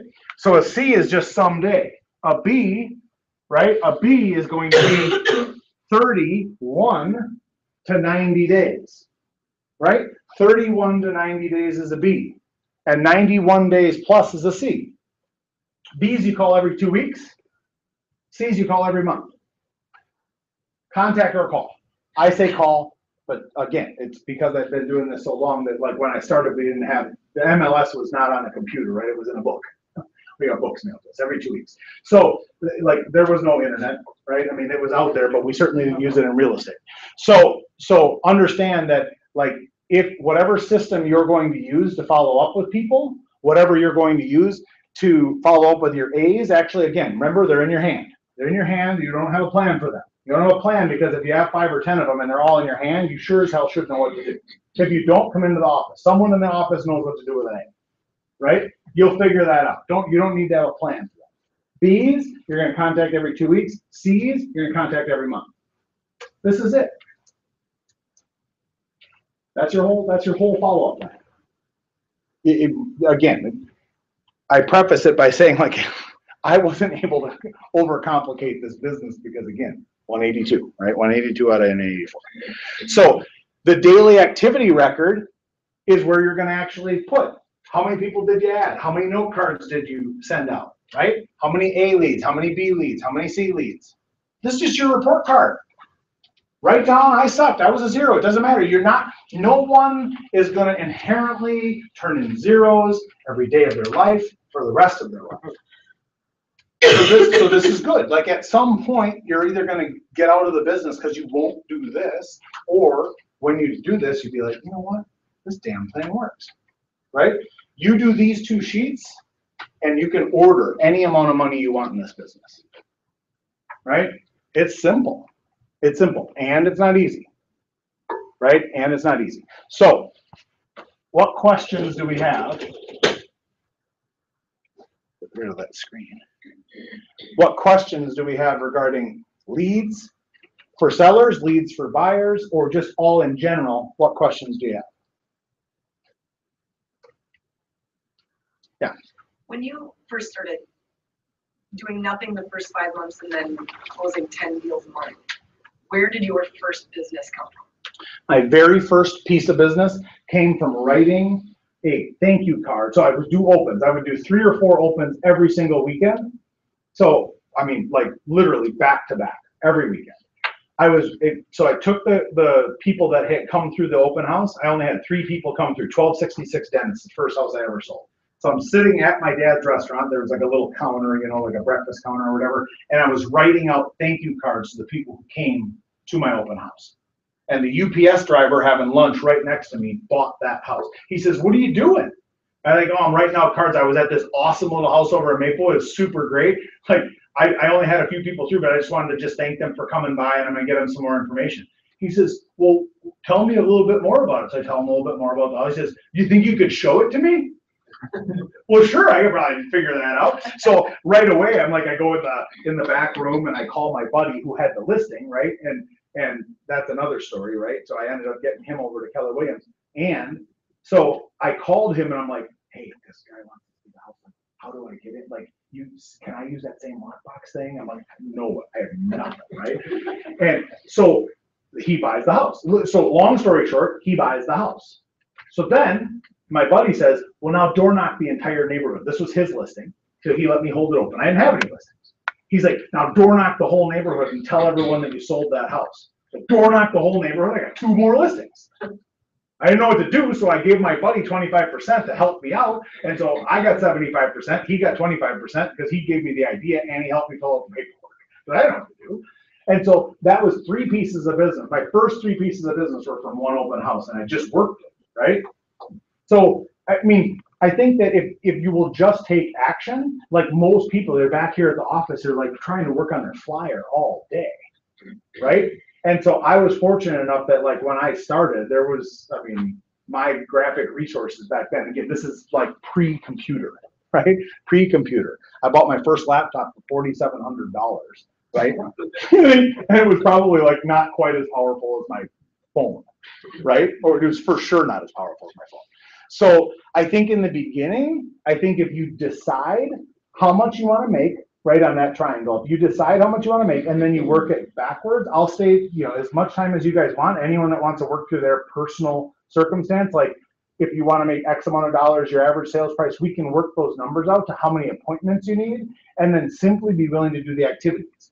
If you will just, there's a great book, 10X. Have anyone read that? 10X by Grant Cardone. How do you 10 times anything you're doing, right? If you take your marriage, if you want to 10X your marriage, what can you do? Like you can think of like one thing you could do to train wreck it probably today, right? And then you could think of like one thing that would make it better. And like standing at the center, like and being able to choose, train wreck it, have it be really great. Like you get to pick. And so if you want to be successful, let's say you pick open houses. That's going to be one thing you pick. How would you do 10 times? How would I have an awesome open house? And how would the open house suck, right? Well, the open house that would suck would be, I just show up. Number one, I go to the open. If you ever been to open and this was your attitude. It's snowing today. It's Saturday. I got to do the kids stuff. You don't even want to go. You're like grudgingly going because your seller told you needed it open. So you get to the open. You're kind of pissed. You're 5 minutes late. You tip a sign out in front of the house. And, right? And if you haven't done that, right, then you haven't really been a licensed realtor. So, and you know what I mean? So if you want to be dishonest to yourself, knock yourself out. But like, I mean, for those of us that have like not, you know, maybe you're hungover, maybe whatever, you don't want to be at the open. Just know that your mindset killed that sucker before it ever had a chance of getting wrecked at the actual person stopped by. So, and then practice, right? Go back to our triangle. You didn't practice. You don't have any scripts. You don't know anything about the neighborhood. You didn't look up the 10 houses that are competing. You didn't preview the 5 houses that are closest to it, right? You have never been to this house until the moment you were there and you got lost on the way to the open. So you're 5 minutes late, you're pissed off, you're crabby, you don't know anything about the other houses around it, and someone walks through the house. And they're all cheery and everything, and you're like, yeah, thanks for stopping. You need to go ahead and register. right? I mean, this is the life cycle of an average realtor. So it all started with a crappy mindset. Then it moved into I don't practice. And then it moved into I'm going to go grudgingly spend 2 hours doing something I hate. Probably won't work anyway. It's a stupid time of year. No one's going to be out looking for houses when it's snowing. Right? I mean, so again, you block your time. Versus I'm going to do an open. I'm going to door knock 50 houses around every single open house. I'm going to preview 10 houses around every single open house. I'm going to drive by the night before. I'm going to put my open house signs the night before. I'm going to put 20 open house signs out, not 5, not 6, not 11, 20 open house signs out for every open. And I'm going to do 2 or 3 every single day, every single weekend. You'll kick ass, and you'll own all of Rochester. And it won't even take that long. So it's, I mean, because you don't know anyone in your town doing that. Is there one agent who does 20 open house signs, door knocks 50 houses, goes and sees every single person, and does that 4 to 5 times every single weekend and has for their entire life? You can't think of one. You will own this town, whatever town you're in. It doesn't matter. People will copy everything you do in this business except work. So I mean, like, if you just put together a plan, right? You can take over your entire town if you'll just show up. Anyone grow up on a farm? Any farmers? Like, you got like a way better chance of succeeding than anyone else, right? Because it's just because you weren't told that this was ever an option to work hard, right? Like the moment you were birthed until you're dead, like farmers just work hard, right? And so if you'll take that work ethic and then you just have a little bit of focus, you can be a massive success in any business, right? It's the simple things, and it's just execute, execute, execute, execute. If you do 10 open houses in a month, how good do you think you'll be at the end of the month? Like by New Year's. See, but there's a lot of people, even some people in the room right now, be like, you know, I'm January 1st, baby, January 1. I'm gonna get after a super good open house plan then. You know what I mean? Like, you're thinking to yourself, you know what? I'm going to take all the rest of the next 5 weeks. I'm going to get after getting that plan together. And I'm going to, you know what? I'm going to execute this thing like a ninja come January 1st. You execute this sucker today, okay? I'd love it if someone will send me a message today and let me know they set up 3 or 4 open houses for this weekend. Right? Back to back. Knock on 50 doors. Preview 10 houses around every single one.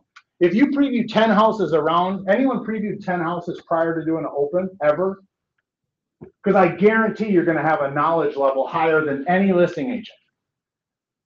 Right? If you're a brand new agent, you want to beat a listing agent. If you're in competition with the biggest agent in town, you know what you need to do to win? Preview the competition. Because that big agent don't have time. Right? I can talk to Marlis intelligently about the market. I don't even need to go to her house. I know what it's worth. And do you think she'll feel that way if another agent, brand new agent, says, you know what, Marlis, yeah, a lot of times those busy agents, they just don't have the time to do what's necessary. I went in every single house. You know the Johnsons, right? 2 doors down. They know because they've been in the Johnsons' house. Yeah, it was just I previewed every single house to make sure that we have an accurate assessment of your value. Right? See, I can go in there and tell them that I've sold 4,500 houses, and they don't care. They care about their house. They got one.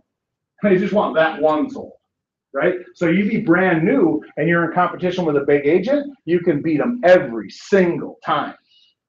Because they're not previewing the 10 houses prior. They don't have time. They got 9 listing appointments this week or this month, right? You can beat them easily. Blank piece of paper, go in there and ask them what they want. That same thing I did with Debbie. What 3 things do you expect from a realtor, right? So you have your blank piece of paper. What 3 things do you expect from a realtor? If someone were able to exceed your expectations on all 3 levels, Debbie, would you allow them to handle the sale? Yes. Awesome. It's not super aggressive. It's in third person. I'm just talking, again, I'm asking you what you want, which, by the way, the secret to success in real estate is if you were to hire an agent to help you on the buy side, what 3 things would you expect? If someone could demonstrate that they could do that, would you allow them to handle the sale? That's your blank piece of paper. That presentation will work because that's the only presentation they care about. Because everything on that piece of paper is what they want, and which is the only thing they actually want. They don't care if you sold like 50 houses and you got some medallions and you're the Sterling Club. They don't care. They don't care. And by the way, they never will. They never will. They'll only care about themselves. They want their life to have a certain outcome, and you're simply either going to help them with that or someone else is. So when you're actually calling, when you're prospecting, everything, again, it all comes back to mindset and practice. So again, 10Xing, this is a super long answer to a very short question, which is, how did I do it? Honestly, have an attitude that you're going to be successful at it, right? This is a process. Don't get discouraged, right? If you do an open and no one shows up, that's okay. So you got 4 this weekend, right? If all 4 suck, if all 4 get 0 results, guess what? Are you going to do them again next week? See, because if the only way for you to be happy is for this to be successful, right? Then the challenge is, like, all people that come through the open, let's just say that you had 4 people come through 4 opens. None of them want to buy a house. Is that bad? Right? It's bad. It's bad if we're looking at the outcome we want, right? The outcome we want is closings. However, we've got 4 people, 4 contacts. Now, while we were there, did we actually talk to the 50 neighbors? Did we get 4 more contacts? Did we actually, did we call the entire neighborhood and invite them, right? Did we door knock the 50 houses? Did we stop by a couple of businesses? Did we invite a lender to stop by, right? Do you have any lenders that ever have called you? Any lenders in the room? Right, I should ask. So lenders call us, right? If you haven't been prospected by a lender, you will be as soon as you get any business going, right? Like, that's just what they do. And so invite them to stop by your open house, right? Title people, mortgage people, insurance people, inspection people. Invite these people to your opens. That's where you do meetings with Allied Resources. Okay? That's where you do meetings with Allied Resources. Your open houses will be massively successful if you'll invite other people to stop by. Anyone hunt? Anyone duck hunt or goose hunt? You ever duck hunt or goose hunt without decoys? It's hard. It's super hard, right? Like, you're in the woods and you're camo and you're waiting for the duck to come by. So, like, but opens are the same way, right? You're in the window, you're in the living room and you're kind of peeking out the window. And there's not a single, there's just that one shiny car, because you only got a car wash for the open. There's one right up front. They know that's you, so they don't come in. They don't come in. So you're the same thing, right? If you don't have any decoys, right? Invite your mom, your cousin, your brother, your uncle, your lender, whatever. Have them bring you snacks, right? Buyers, have people stop by your open, bring you snacks, and now you've got some decoys. You got 2 or 3 cars. If you ever notice when you're at an open, if you've done one, you get 2 or 3 people to stop by. You get more people stopping by, right? The flurry of activity is always when you have decoys out there. If you get 2 cars outside of an open, you always get a third. If you don't have any when you're all there alone, right? Have the seller park their car out front. Have a lender, have your brother, have your cousin, have your mom, have someone stop by, right? So what can we do to, again, let's just say it was only 4. These people have 2 choices in their life.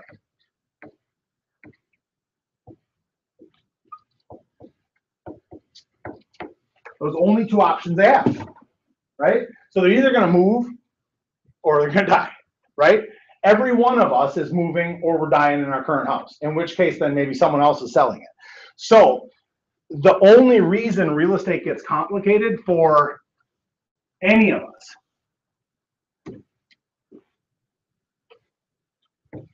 is we get attached to the when, right? We're attached to the when. We need a closing on Friday of next week, so we care when they do something. When you absolutely do not care when someone works with you, every single human, every single one of those 4 people at the open, the 3 people that you met door knocking, your door knocking, your opens, you're calling your sphere to do the pie giveaway, to drop a pie off at your sphere, to do the coat drive, all of this. When you abandon when they work with you, when you abandon that today, all of your success in real estate can compound. right? Because when you're not attached to when, you will be yourself. The thing that causes anxiety and stress for realtors is when you don't prospect and lead generate enough that you're attached to the when of every single contact, and you're attached to the when because you made 4 contacts. That's why, right? So you're trying to make the 4 do something now. I need to learn this really good script so that when I meet them, I can sweep the leg and I get them into a contract, right? I mean, it's annoying. It doesn't even make you want to work with you, right? So when we abandon when they work with us, that's how you get to 10 a month. Because every single person wants to work with someone who doesn't care when. And when you act like it doesn't matter when, and you'll simply prospect more, the way I was able to be successful is honestly, I mean, again, 5, 6 open houses every single weekend, right?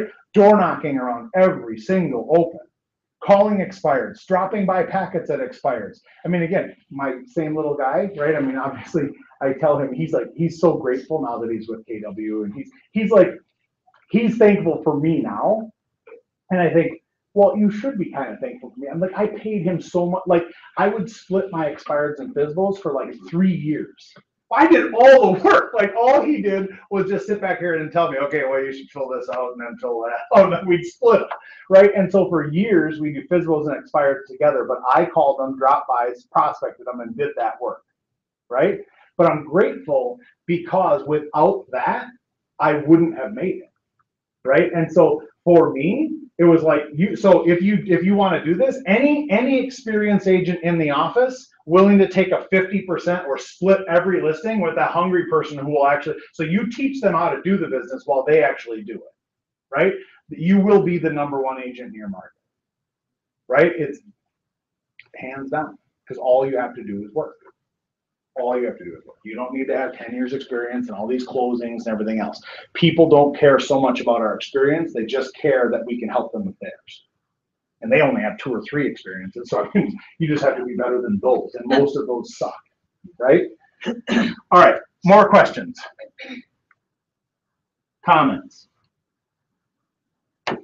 Even stuff unrelated to leads or lead gen. Anything. Can I throw something out there for lead gen when you're trying to find who owns the property? We have this amazing program called RPR through the National Association of Realtors, and get familiar with it, learn it, because RPR is going to just get bigger and bigger, but you can type in any address anywhere and you can get information on schools, property, the neighborhood, the homeowner, if it's listed, neighbors. It's a valuable tool. Awesome. Yeah, and use Facebook. I mean, don't, I mean, every single one of you was on social media this morning doing something, right? I mean, there's like 3 of you that weren't, right? Or 2, like my wife doesn't have Facebook. She doesn't have social media. Well, she has Instagram. I take that out. So she has Instagram because she monitors the kids, and then she has Snapchat so that she can see what they're doing too, I guess.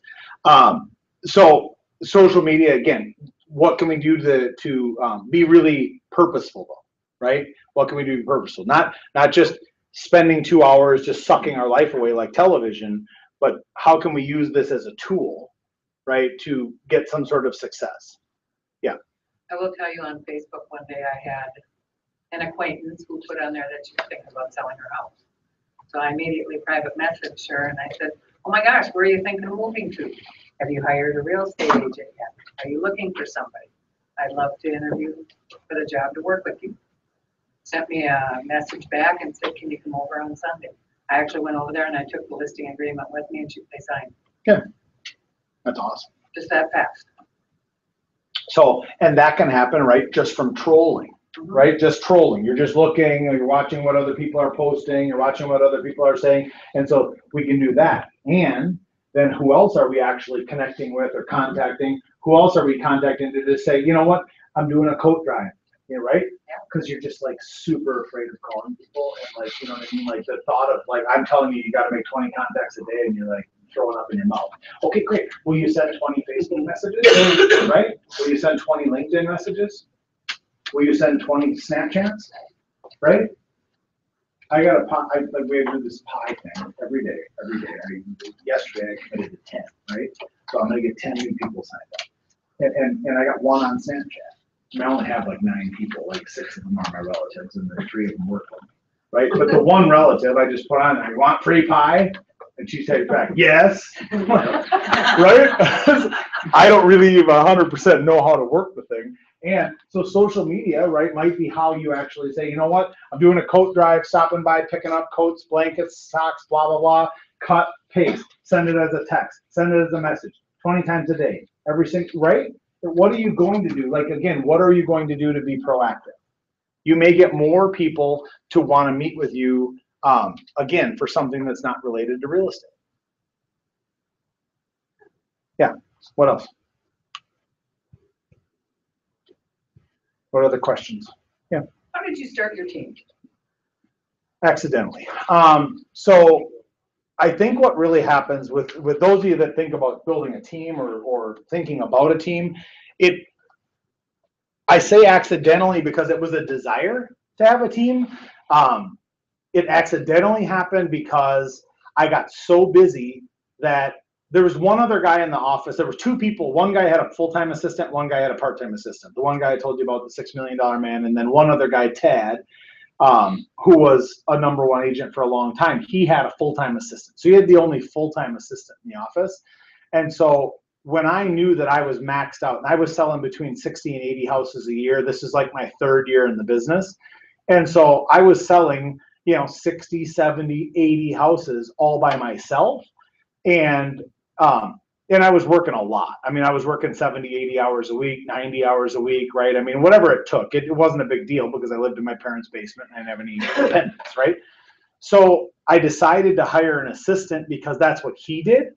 And then he always seemed like he was going on vacation. He's always going on a ski trip. Like everything just seemed like it was working sweet for him. So I'm like, so I called his assistant and I just said, if I hire an assistant, would you help me? Like, because I don't know what to do or anything, right? Like, this is before there were really any team classes. So I hired her, and I can't remember how much I paid her, $500 or something, to basically place the ad, interview, and hire me an assistant, right? And then she was going to help me. Once they came on board, she was going to help me kind of train this person. And I said, I just have one request. And I'm, at the time I was like, whatever I was, 20 years old, 20, maybe 21. And I'm like, they just can't be good looking, right? Like, I just think an older kind of frumpy looking lady would be perfect, or maybe a guy or something. But just, I don't want any distractions. And so that was my one request. And so then my first assistant was my wife, right, today. So it worked out fine, and so she was not frumpy, and so Bev came to me the one day, and she's like, well, you're gonna hire her, aren't you? Because we interviewed a bunch of people. I'm like, dang! Like, and she had worked at the front desk of 2 different real estate offices while she was in high school, and so she did have real estate experience. But I mean, she was 18 and good looking.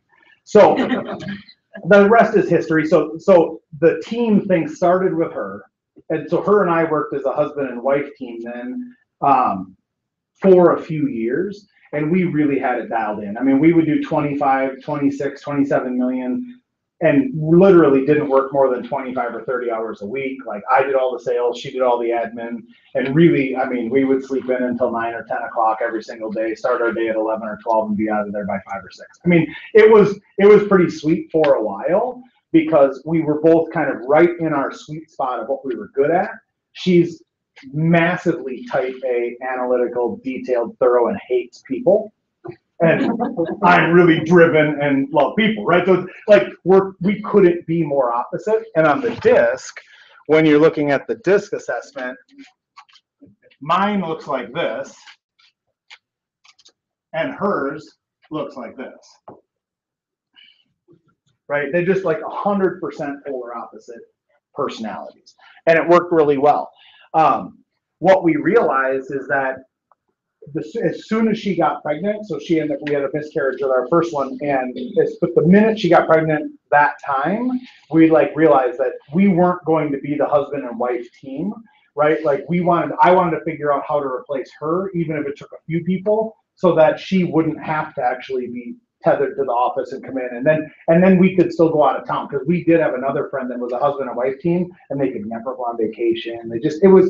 I looked at all those people and it just seemed stressful. Any husband and wife team, Okay, so it's stressful. So if you know one, I know the Mayos are, right? And so you have to really set up those boundaries and balancing because it can be more difficult.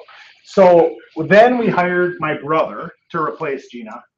He was our first kind of admin person outside of, or no, he was, our first one was Becky. So Becky's still on my team to this day. She's been with me for 16 years. And so she was my first assistant. And then we hired my brother because she was going to go back to doing like a daycare thing at her house because she was missing her kids. And, so she did it for like a year or so. Then my brother was in for a short time. Then she came back and she's been with us ever since. And she's a buyer's agent on our team now. So that was my first kind of foray into it. I lost my entire team except Becky 12 years ago, 11 years ago, right after we had come to Keller Williams 16 years ago. It'll be 16 years here in January. And a couple of years in, few years in, we had built it to a pretty big team. We had done, in 05, I left the business. Essentially, I was at the quote unquote 7th level, right? So I had hired 2 people, Becky and then one other guy to do my listings. And then we had 2 full-time administrative people, a full-time runner, and 5 buyer's agents. And it was really running like a well-oiled machine, except for the market was changing. It was turning. That's where I told you earlier, like we lost $250,000 in 6 months because I really wasn't paying attention to how much the business was changing. Our market centers were changing. We start this office and it's like the market's kind of turning, right? Like we had a lot of those different things happen at the same time.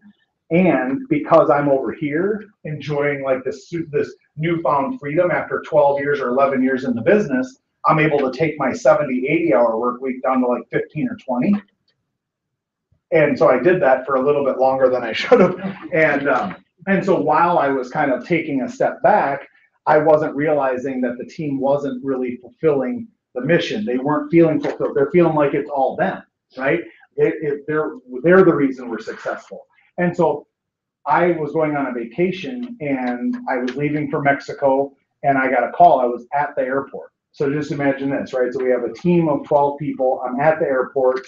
I haven't been on a listing in 10 months. Haven't been on a listing or a buyer appointment for 10 months. I get the call from my assistant and said, Jamie is leaving. And he was my main listing guy. And he's taking everyone. So, it's like, all right, well, and so I remember, so I had a friend at the time and he was an older guy and he and I had shared an office at Burnett. So I called him and I'm like, I need some advice. Like my entire team is leaving. He says, and I said, I'm going on vacation. And I'm just like, right now I'm starting to panic and I'm just not 100% sure. He says, is anyone left? I said, Becky. He says, call her back and tell her she's going to do good and that you trust her and that everything's going to be fine. And he says, all you're going to be able to do is piss on the ashes when you get back. So stop worrying about it and enjoy yourself. And I'm like, okay. So then I just went on my vacation and I pretended that it was not going to bother me. And, we were gone. And so that vacation though allowed me to really kind of think for 10 days, right? Like, what do I really want? How do I want to build this? And what do I need to do? And then I came back that next year. Like I came back from that vacation and I not only outproduced where we were, that's the first year we broke over 1 million, right? Broke over 1 million by September, right? So we ended that year at 1,445,000. I think that was our biggest year. This year we may end up beating it because we've got a couple really big deals that could hit before the end of the year. And so right now, the big thing, the exciting thing that we've got with our team is that I only did 31 closings this year. And I was telling Debbie before I came in, like, it's never been this low for me, ever. Not even my first year, I did more sales than this year. And so it makes me hyperventilate, right? Because during that year where I took a step back for 10 months and didn't go on an appointment, I didn't actually do it. I was still generating those. I was still prospecting. I was still actually doing it, but I wasn't going on the appointments. And now I'm not generating, right? I was prospecting and generating back then. Right now, we're really relying on the team. So like with this Pi Day, I'm getting involved in the prospecting and the lead gen portion. And what I'm realizing in my replacing myself for the team, is I really need to be responsible for the vision. I need to be responsible for the mission. I need to really do that. And then I need to set an example, right? So when we're prospecting, even if I'm not prospecting for listings, I need to be prospecting for talent, right? I need to be prospecting for people for our team, right? Because the mission, again, if the mission is really big, you're going to need a lot of people. And so your one thing changes, yet your need to prospect is either going to be for one of two things, right? It's going to be for listings or it's going to be for people. And so you only have one thing, right? So if you're on your own, you need to get listings. Like that's how you'll get buyers, right? If you focus on getting buyers, that's fine too. There are people that make a whole living out of just working with buyers, and you can do that. It's just a lot easier to attract them when you have bait, right? Because they don't look for realtors, they look for houses. So if you have houses, you get buyers, right? Because that's what they call on as houses. So listings will generate the business. People is what you'll need as you grow. And so you always need both. And so now what I'm really realizing is that in the time I was taking a step back, I'm doubling down and getting in a three. I'm more in now than I was last year, right? In our team. And I mean in a different sense, in that my goal now is to make sure that I'm generating. What am I doing to make sure we're generating more listing opportunities? And what am I doing to make sure that I'm generating more people for the team? Does that make sense? So that was 15, 16 years ago.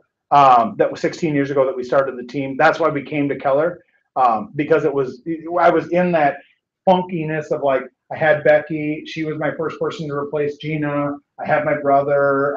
That was all like that year before we left Burnett. And I was just trying to figure out team things on our own. There really wasn't much. I mean, I was part of the Mike Ferry organization and I had gone to some different coaching things. But I mean, teams were really kind of new back in the mid 90s, early 90s. It was not like now, it's like they're everywhere. Now they have this red book, right? The red book talks about how to build a business. So we came to Keller with the intention of learning about it. We failed twice. I've lost my entire team twice with the exception of Becky. And so now we're building it so much better now because it's not me. And it's, anyone that wants to talk further about how to do it wrong, I got all kinds more stories, like all the mistakes, right? Get out of your way faster is probably the best advice I can give anyone. So that's the team stuff, yeah. Are you the largest team in Woodbury? Yeah. And there are several other teams there, right? Yeah, so Mike Olson is in our office, Jared Krenz is in our office. And yeah, we're the top group. So once you're over, I don't know what the difference is. You got teams and groups. We're the top group and we're in the top, probably in the top 3 or 4. We'll probably end the year in the top 3 for the region for the 2,000 agents or whatever it is, 25 agents, 2,500 agents. And just know, like, I'm disgusted at our level right now. I couldn't be more disgusted at how bad our production is. Like, again, impressive from oh, great, we're 3. Great, yeah, like I was almost there 20 years ago, right? So I couldn't be more disgusted at where we're at. So just know that wherever you're at, don't compare your insides to my outsides. Oh man, if I had that. No, like just be grateful for where we're at. And I've made every mistake in the book. The fact that we're going to bounce around 50 million this year, I'm like, I was doing 25 million in my bed till 11 o'clock when I was in like my early 20s. So it's really not that impressive, especially now with like everything we have now. I mean, I have 10 people on a team, right? We should be doing 150, 200 million with the same effort. And when I look at a guy like Eric Hatch, a friend of mine that's up in North Dakota, when he's doing 700 units and been licensed for 6 total years, right? As a new agent, I don't want you to think, oh man, like that'd be awesome in 25 years. I could, no, it doesn't take that long. Don't take the long road. I took the shitty long road. You could be there in 2-3 years, right? You can be anywhere you want in 2-3 years. And what I'm now realizing is that I'm the reason that we've been successful, right? I'm the reason we haven't grown. I'm the reason we've been stuck. And so undoing me out of the business is what's going to cause us to get to a 200 million. And so when I hired Jen on our team and I'm relinquishing, like she says to me all the time, like she says the other day, are you always going to be like this? Right? I mean, it was basically it wasn't exactly those words, but it was essentially that mindset that it's like, is this really, like, is this how we're going to coexist? Right? Like, because I'm annoying probably to be around, because I really think that I have a better answer to every single thing anyone says. And that's irritating, right? Like, it's a really irritating person to be around. So I'm super confident I'm right, right? And so having to let go of control, like let her run things, let her do things, I have to also realize, like, I'm the reason we're stuck, right? So we're to this point, and me getting out of the way is what's going to allow it to really get massive. For us to grow and expand, so our goal is to put one of our teams in every single Keller Williams in the country, and so our entire growth pattern is going to be in removing me from the business, which is going to allow it to just look at you. Because then it's not dependent on a person, right? And it's, so that's the short answer. What do you do, Jason, for your mindset to keep it positive and to keep your whole vision on purpose? So read books. So reading books, I would say, is number one. Number two would be watching TED.com, YouTube videos. I subscribe on Instagram. If you go like on my Instagram or on my YouTube, I actually, like, I follow people like Brendan Bouchard, Gary Vaynerchuk, Grant Cardone, like just some people that really have good ideas. I watch a lot of YouTube videos. I watch a lot of TED.com. I watch zero TV, other than I watch the news for 15 minutes in the morning. Other than that, I don't watch anything other than maybe an occasional sport once a month. So all of that time, you know, that people spend, I don't know what they're doing, going on Facebook or they're going on social media or whatever. I don't really go on social media. So for my mindset, I think limiting social media, because you'll notice in social media, you typically are comparing your insides to someone else's outsides. There are two people on social media. Number one, you've got the person who is backpacking in the Himalayas for the third time this year, okay? Or you've got the person who's got their spouse cheating on them for the fourth time this week. Now, between those two, right, there's really not much else, right? I mean, and then you got the people who are just eating again, right? I mean, that's really like the three people on social media. The people who are just eating again, they're like taking pictures of their food. But you've got people who are talking about how awesome their life is, and a lot of times, like, unrealistically so. And then people who are just talking about how horrible their life is, right? And not a lot in between other than the eaters.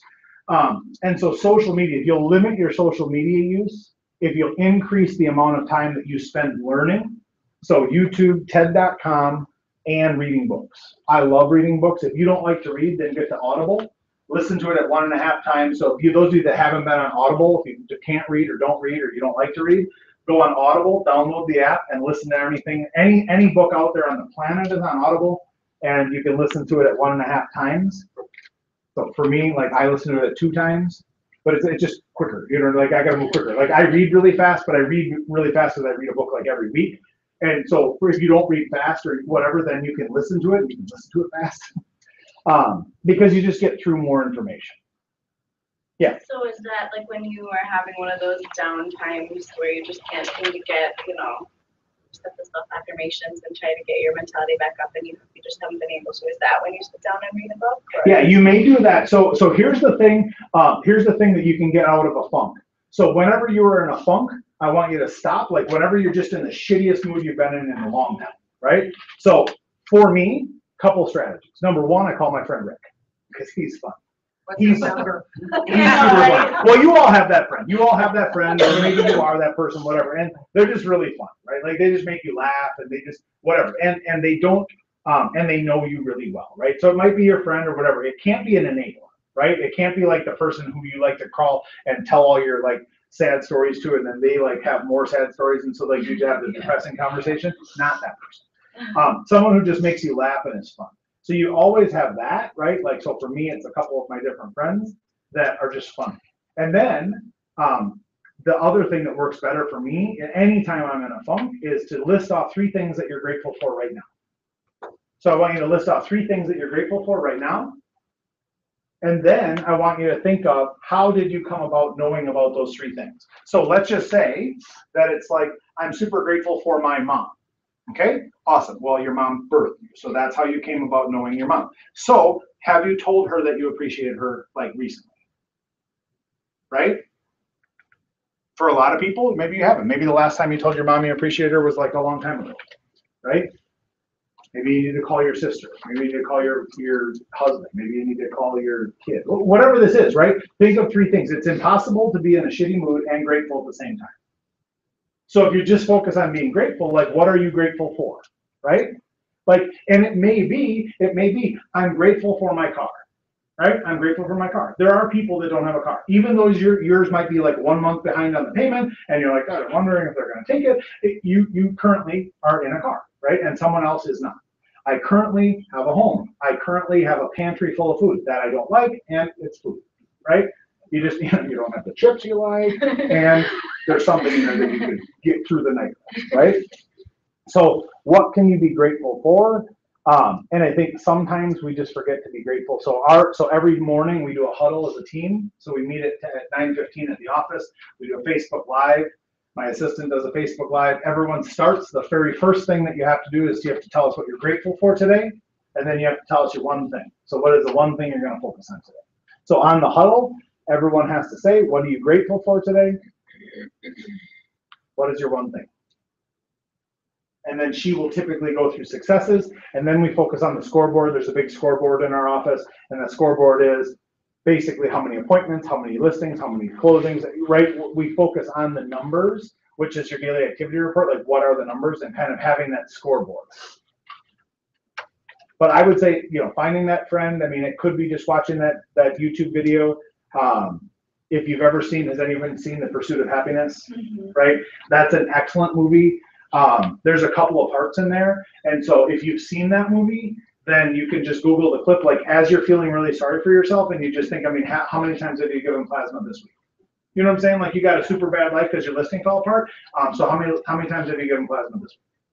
Right? And if you have done once, well, great. Then could you do it twice? I mean, I don't even know what the legal requirement is, but I'm super grateful I gave plasma once instead of twice.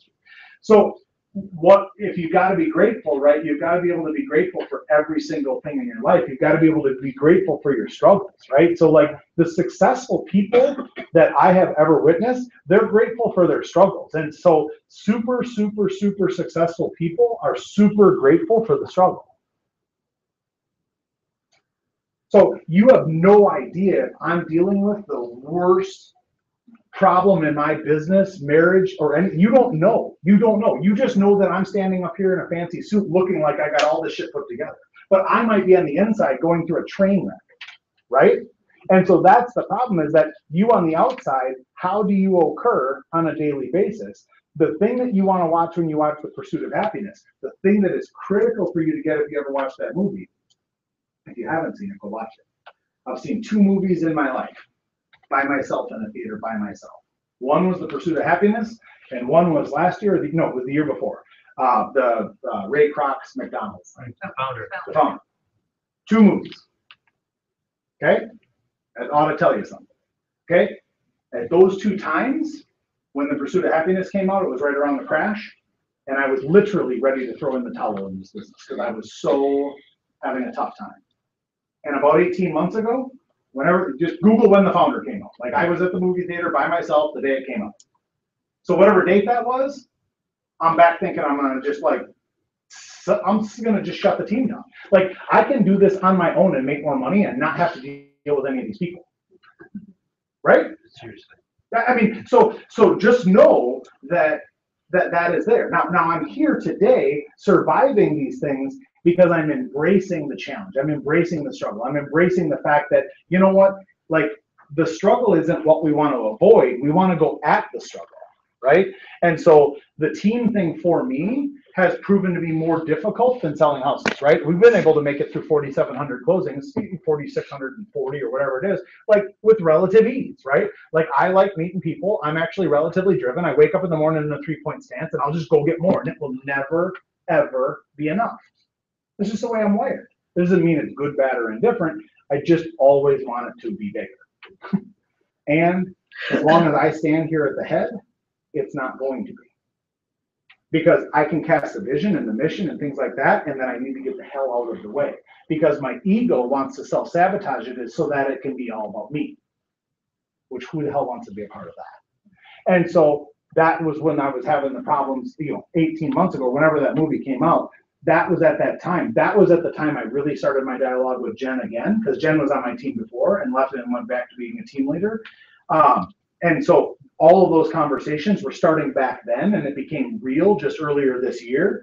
And that took like a year. That was like a year of going through all those conversations and finally get her on board to say, you know what? No. And her questions, her biggest questions are, do you really want to let go?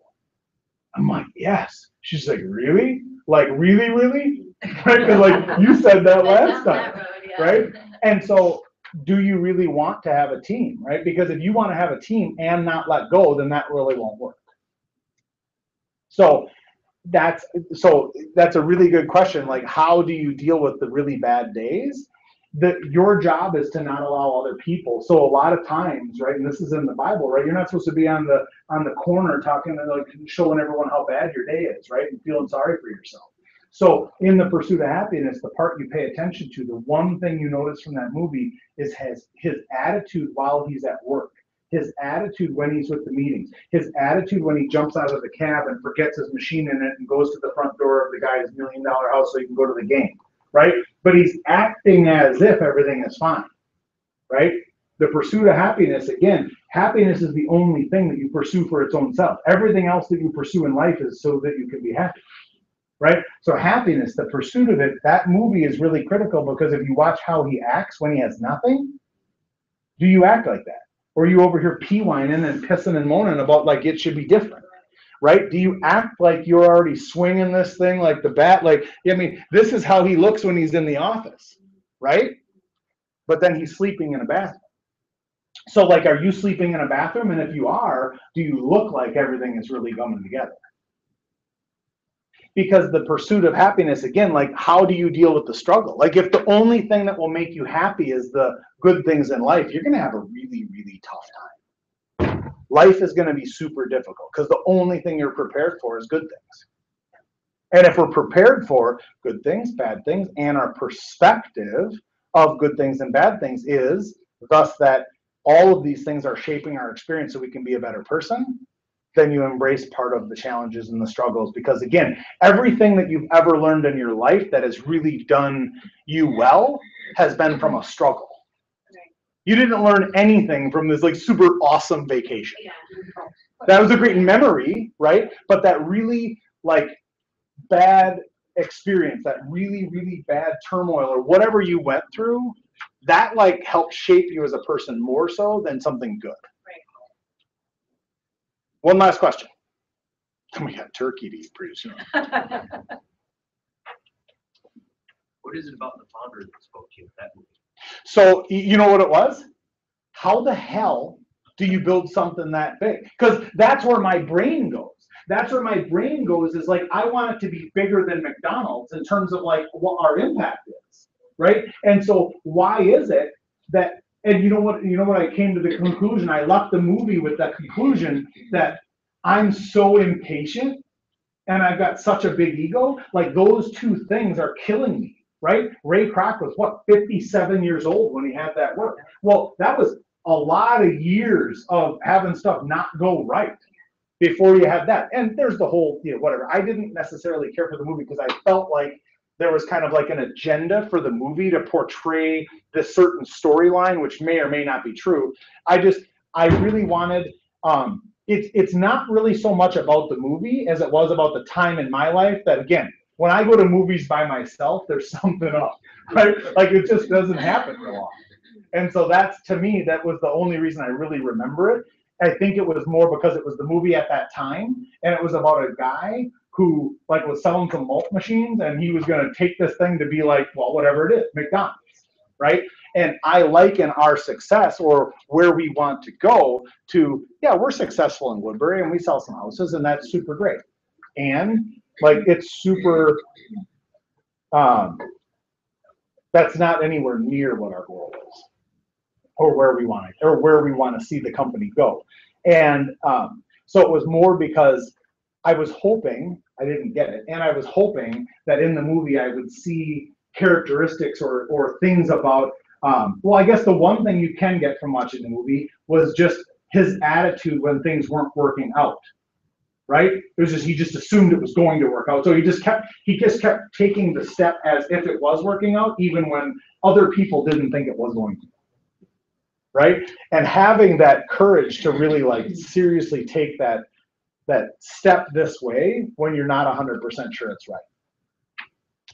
And that, I mean, again, to use your story, like literally, like, yeah, just deciding to leave your job, right? Like literally, this real estate thing you want to work out. And then you just keep going back over to wherever you have your full-time employment, and you're like, you know what, it produced January 1st or February. As soon as I get 10 closings, then I'm gonna let go of the old, you know, walker.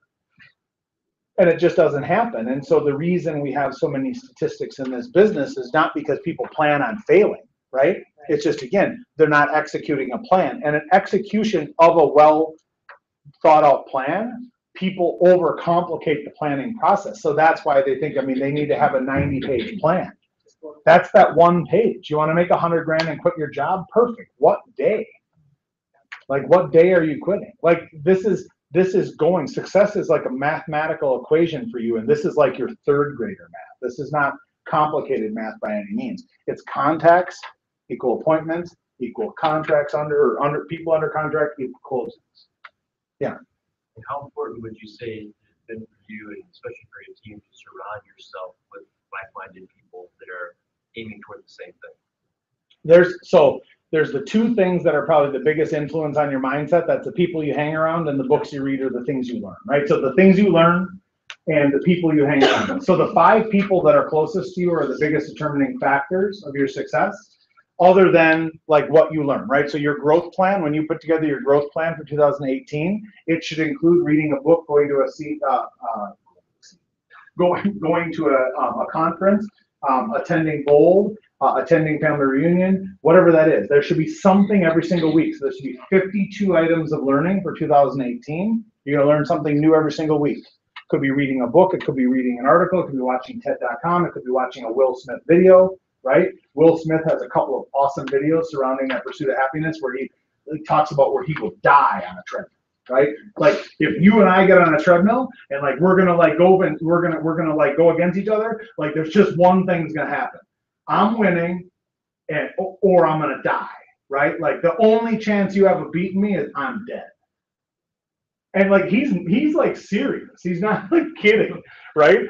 And that's why he says he's been a successful actor. Not because he can act, is because he'll die on the treadmill practicing.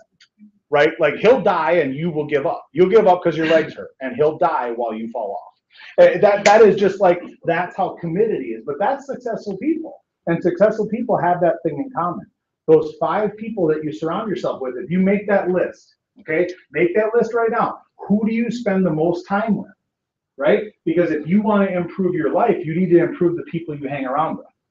And that doesn't mean you've got to get rid of this person or get rid of that person. You're like, I got to get rid of my mom, I got to get rid of my spouse. Right? I'm not suggesting that. I'm just saying, like, you got to start top grading some of these experiences, right? Because you just be aware. You got to be aware because you're spending an awful lot of time talking to people who think open suck, this suck. I mean, if you ever come into the office, you ever know, like, I mean, and I did this when I was early on, and I'm sorry if you go to Zach and you want top 5 agents in the office, okay?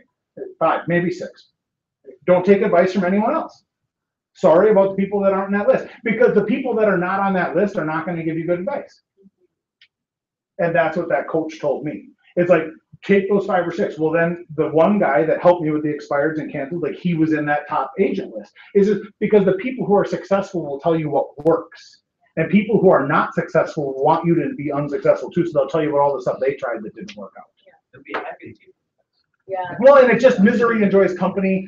Sometimes you just have some negative people, right? So sometimes you have people that are super positive. Sometimes you have people that are super negative, and there's everything in between. When you look at the 5 people who influence you the most, they're the people you usually spend the most time with.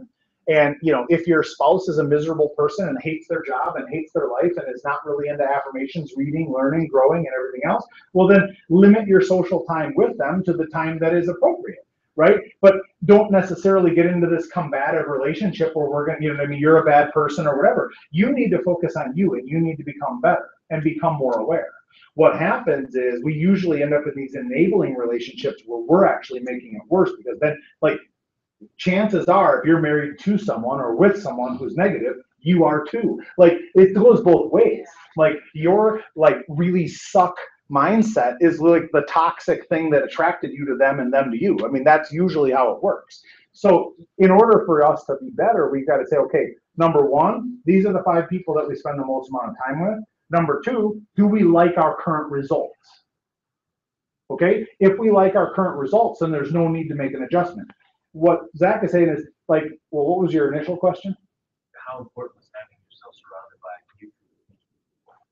So the surrounding yourself by people that, again, empower you, right? If you're going to go and take people to lunch, if you just go through your cell phone today and you just take just by a wealth equation, right? You just say, okay, who are the people in your cell phone that make the most amount of money? Chances are they'll have winning mindsets, or they have a higher chance of having it. Doesn't mean they are, right? Because they just may be a crummy person. And you could at least start with that, because it's like a report card. If they made $500,000 last year and you know them and they're your cousins, uncles, friends, brother, or whatever, go and have lunch with them, right? Bring them. I'm going to give away these books, so we got to get cards. Does everyone have a card? Pass it up and we'll give it to Debbie. So everyone pass them up to the front here. So when you look at the people that you surround yourself with, the people that you surround yourself are going to have they're going to have a big influence in your life, right? So what can we do to just surround ourselves so we can just top grade 1 or 2 people in our lives, right? Those relationships that can get better. So someone that you admire, someone who, does really well. It could be someone from your church, right? I would say, like, for me, I've got people in my life from a spiritual example, from a family or a relationship example, and then from a work example, right? And so, again, the one thing I was talking to my daughter about the other day, and this was when she asked me, she says, when do you think you'll retire? And she just, she's 16, and so she's hearing this from other kids at school, like, my parents are retiring or whatever. And I said, here is how I prefer to look at it. Like, I prefer to look at life. This is how it is. Like, this is how it's usually been looked at by most people. Oops. You go through the learn portion of your life. You go through the earn portion of your life. And then you get to the retirement or the fun portion of your life, right? So how do we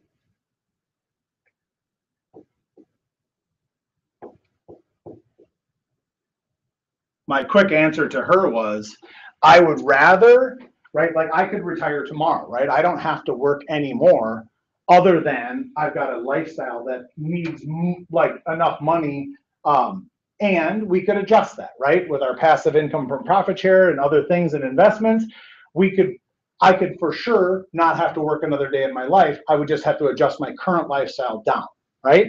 And I would prefer to have fun, take time, and enjoy my life here, and be learning and earning. So this to me is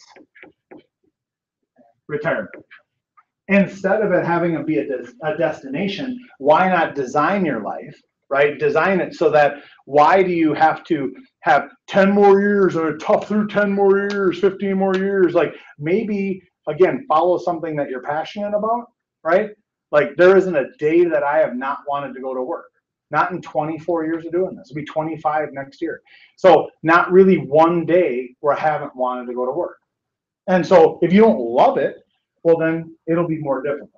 If you love the business and you're making money and you're having fun, then again, how do we have that retirement concept be our whole life, as opposed to a destination that we can get to if we just tough through 10 more years? And if you just enjoy what you do, you never work a day in your life. That's right. All right, we got to get ready for the turkey feast. Thank you. Something to put Hey, this in. one second, if I may. Yeah. So first off, thank you very much, Jason. Can we get a hand for Jason? We just spent hours going back through and adding a bunch of beefs to that video. Just kidding, that's teasing. Sorry about that. But what we'll do is we're gonna shut it down now, and then at noon. Oh, cards, we'll give away these books. Yep, he'll do that, and the food will be ready, so, take a break, go to the bathroom, all that fun stuff, and then make your way into the, resource area, we'll have some food, so, okay? Awesome. Where's the cards? Did Debbie's Debbie take them? getting a basket. Put them in some. Oh, Debbie did it, okay. She's trying to rig the drawing here. She's trying to rig it. Here she comes. Oh, yeah, draw.